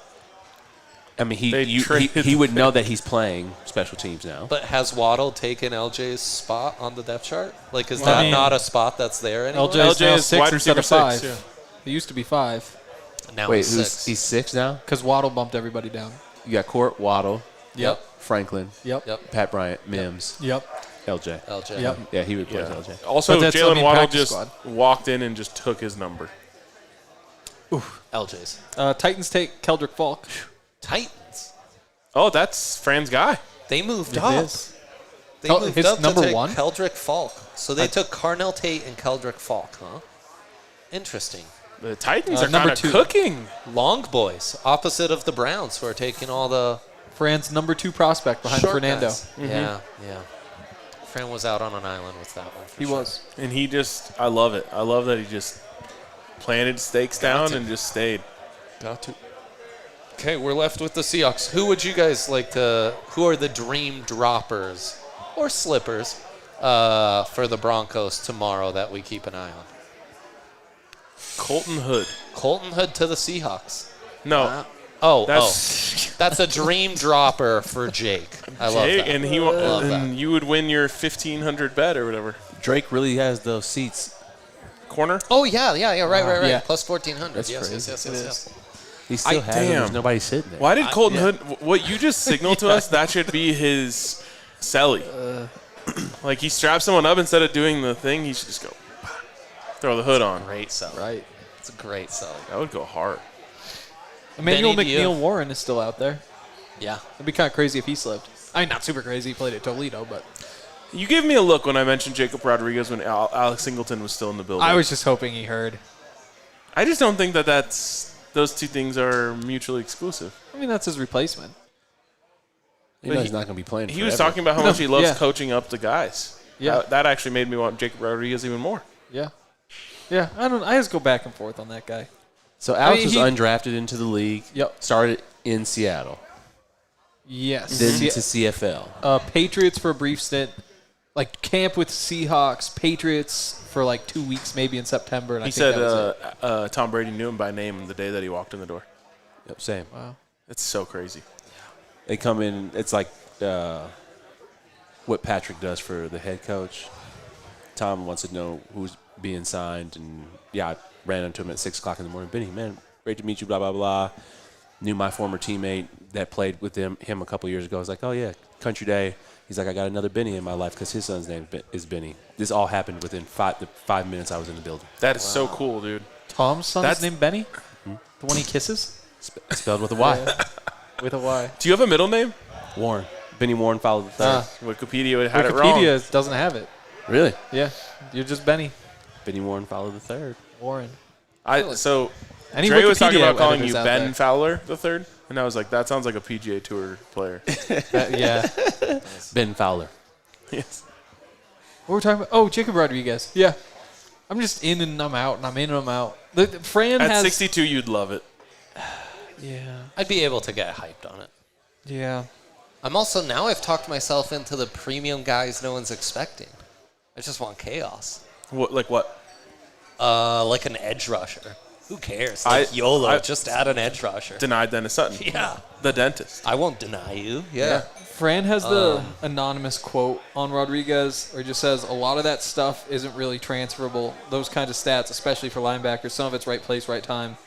You're counting on running your defense, making shitload tackles. Top of the second round, head and shoulders above the rest of the crew behind Reese. But see, then you read that top part and you're just like, is it? Are you getting caught up in Does that person who said that understand that right place at the right time is a skill? I can't ask. It's anonymous. Yeah. Which means Coward. anybody could answer. Coward. If you would like to anonymously answer, I think. Anonymously, I would like to say that right place, right time for a linebacker is a skill that you want them to have. You just complimented him for great instincts. Yeah. Yes. I think Jacob Rodriguez, the thing is, I just believe the last thing I heard. And so when that was the last thing I read, I was like, yeah, that is a good point. I think that's how you kind of go about life. So there's some of that for sure. People make good points. I've heard you make a counter case to just about anyone's suggested for the Broncos. Who would you like to see the Broncos draft? Who's Henry's dream dropper at 62? I honestly don't know how I get super excited. I just keep waiting for like the epiphany. Like maybe tomorrow morning I'll wake up and be like, this will do it. Yeah. But I don't. I think what you're describing like a dopamine deficiency. We might want to check that out. Maybe that's what that is. Yeah, I'm worried maybe. No. Have you tried microdosing mushrooms? I actually have not. We had that link for like natural We should change that. No, I mean like if they were to go get a safety, I think a safety could be good. I think I'm out on the linebackers stuff. AJ Halsey, you'd love. By the way, it's 9 o'clock. Getting Hall stuff. All the kids have left. Oh, really? know. No longer a family show. Well, I know. Wow. Oh, no. Oh, no, you should have never said that. Oh. Benny, have you given us a name? You have anyone you'd target at 62? Disposition. I think the Broncos are in a really good position, though, just where their team is at. Like, you don't have any crazy glaring need. Yeah, it's so kind of amazing. I want to see tight end. That's where I would like them to pick somebody for Bo to have his target, one of his main targets for the next 4 years. Jadarian Price is a Seahawk. Wow. I mean, that makes so much sense. Yeah, I mean it's an immediate upgrade over Kenneth Walker. Oh, immediate upgrade. Immediate upgrade. He just won the MVP, bro. This was Super Bowl MVP. Who said that recently that you decided you agreed with? I did. Let's see if anybody else has said it. I don't know about that. We're talking about a Super Bowl MVP. Dude was literally RB2 at I would Notre say Dame. right place, right time. He wasn't even the best running back on his team. Hanky I mean, you might be able to say that about Kenneth Walker. Yeah. He ran for 700 yards last year. Don't you hate that? Kenneth Walker? Jadarian Price. What Kenneth Walker have? Well, maybe no tread on the tires. You can talk yourself into anything. Or Yeah, still it tread is on the beauty tires. of the draft. You can make a case for anything, as Hank has demonstrated for months now. Yeah. Right. You can also make a counter case for anything. Yeah. There Safety are lots be- of tight I ends do- in this class, so we Emmanuel like that. Pregnon. Did I just throw Emmanuel in there? No, that's right. No, that's right. I just after You know saying ball. Emmanuel McNeil Warren, I was like, do I just have Emmanuel on the mind? Right. I don't. I mean, I do because those are the two guys So I think I'd like. any but Emmanuels, both Emmanuels, you'd be happy with. It's both Emmanuels. That's awesome. I can't say any Emmanuel just because. Right. It's a good point. I don't know who's Yeah, that. do a function search. Yeah. Yeah, let's see how many Emmanuels you can find there. Emmanuel Henderson, receiver from Kansas. With that pick, we could wrap if you wanted. Do we have to? We're Yes. someone's still at the wheel. Yeah, Dion's there. So yeah, I bet you Dion would like it if we wrapped. We'll be doing a lot more of this tomorrow, Yes, we will. and then the day after tomorrow. In some ways, have hardly begun. If the picks are Remember that being movie? made, We're one of 7 rounds. will be live on YouTube, so don't miss a thing. I will have to say, anyone who watched all of this, I really appreciate. Oh, they're the best. Because we had fun. Pure LaPine. Pure LaPine. He lives for this. What a guy. Gee. This is a hard one for the fans to get up for. Yep. Also, a Right. huge shout out to everyone who And came out to Henry. hear. Yes. This was really cool. Yeah. Yeah, we've got Nice. hundreds, if sweet. not thousands, of people watching That's live. exactly I heard right. millions. That's exactly, yeah. So shout out to everyone who just came to hang out. It reminds me of when we were doing shows during COVID, and people were watching still. Because there was It's just they just liked us. similarly nothing to talk about. Right, exactly. We can spill the beans now, right? But actually, Talked about a lot. the COVID live show is why we're here right now. Right. That was the first ever live draft show that we did, and That it was was an sick. elite draft show. And then we started streaming podcasts on YouTube, and it became the thing on everybody copied. We were doing that before. Yeah. Not So, the DNVR Buffs podcast. Well, I just sat in my little room and talked You to had your myself for an little- hour. Yeah. tiny little podcast board. Yeah. You would 50 talk to bucks yourself. for an hour. It's what broke me for all this. Like, it's why I don't just have, like, one train of thought. It's because I was just saying, like, I would be like, yeah, maybe they should do this, but then this will happen. But, I mean, is it worth it because of this? And now I can't He learned, So you how, were doing like he Colin learned how to Cowherd. argue with Really great. himself. Yeah, in paragraph form. Like, and there's no coming back from that. Yeah, it's tough. That's cool. It's tough. Yeah. I mean, it ruined me, but yeah. Henry saying that makes me feel like Oppenheimer, honestly. Like, what have I done? Yeah. Oh, no. I brought this on myself. All right. Yeah, this was glorious. This was also, great. other friends to shout out? Fanatics and New Built Restoration and Well, of course. Construction for just bringing you all this draft content. When I walked True- in here tonight and I saw that great. new built booth over there, I was like, oh, this is big time. Yeah, get out of here. Right. Yeah. Yeah, no doubt. No doubt. A lot of booths. Okay, well, we'll go watch some Nuggets in a bay. All right. Nuggets by the bay. All right. Maybe that halves. Peace and love, everybody. Oh, yeah. Oh, God Close bless it out. Bo Nix. God bless Bo Nix. Yeah. Today of all days. Thank you, Dion. We all silly like the mayor.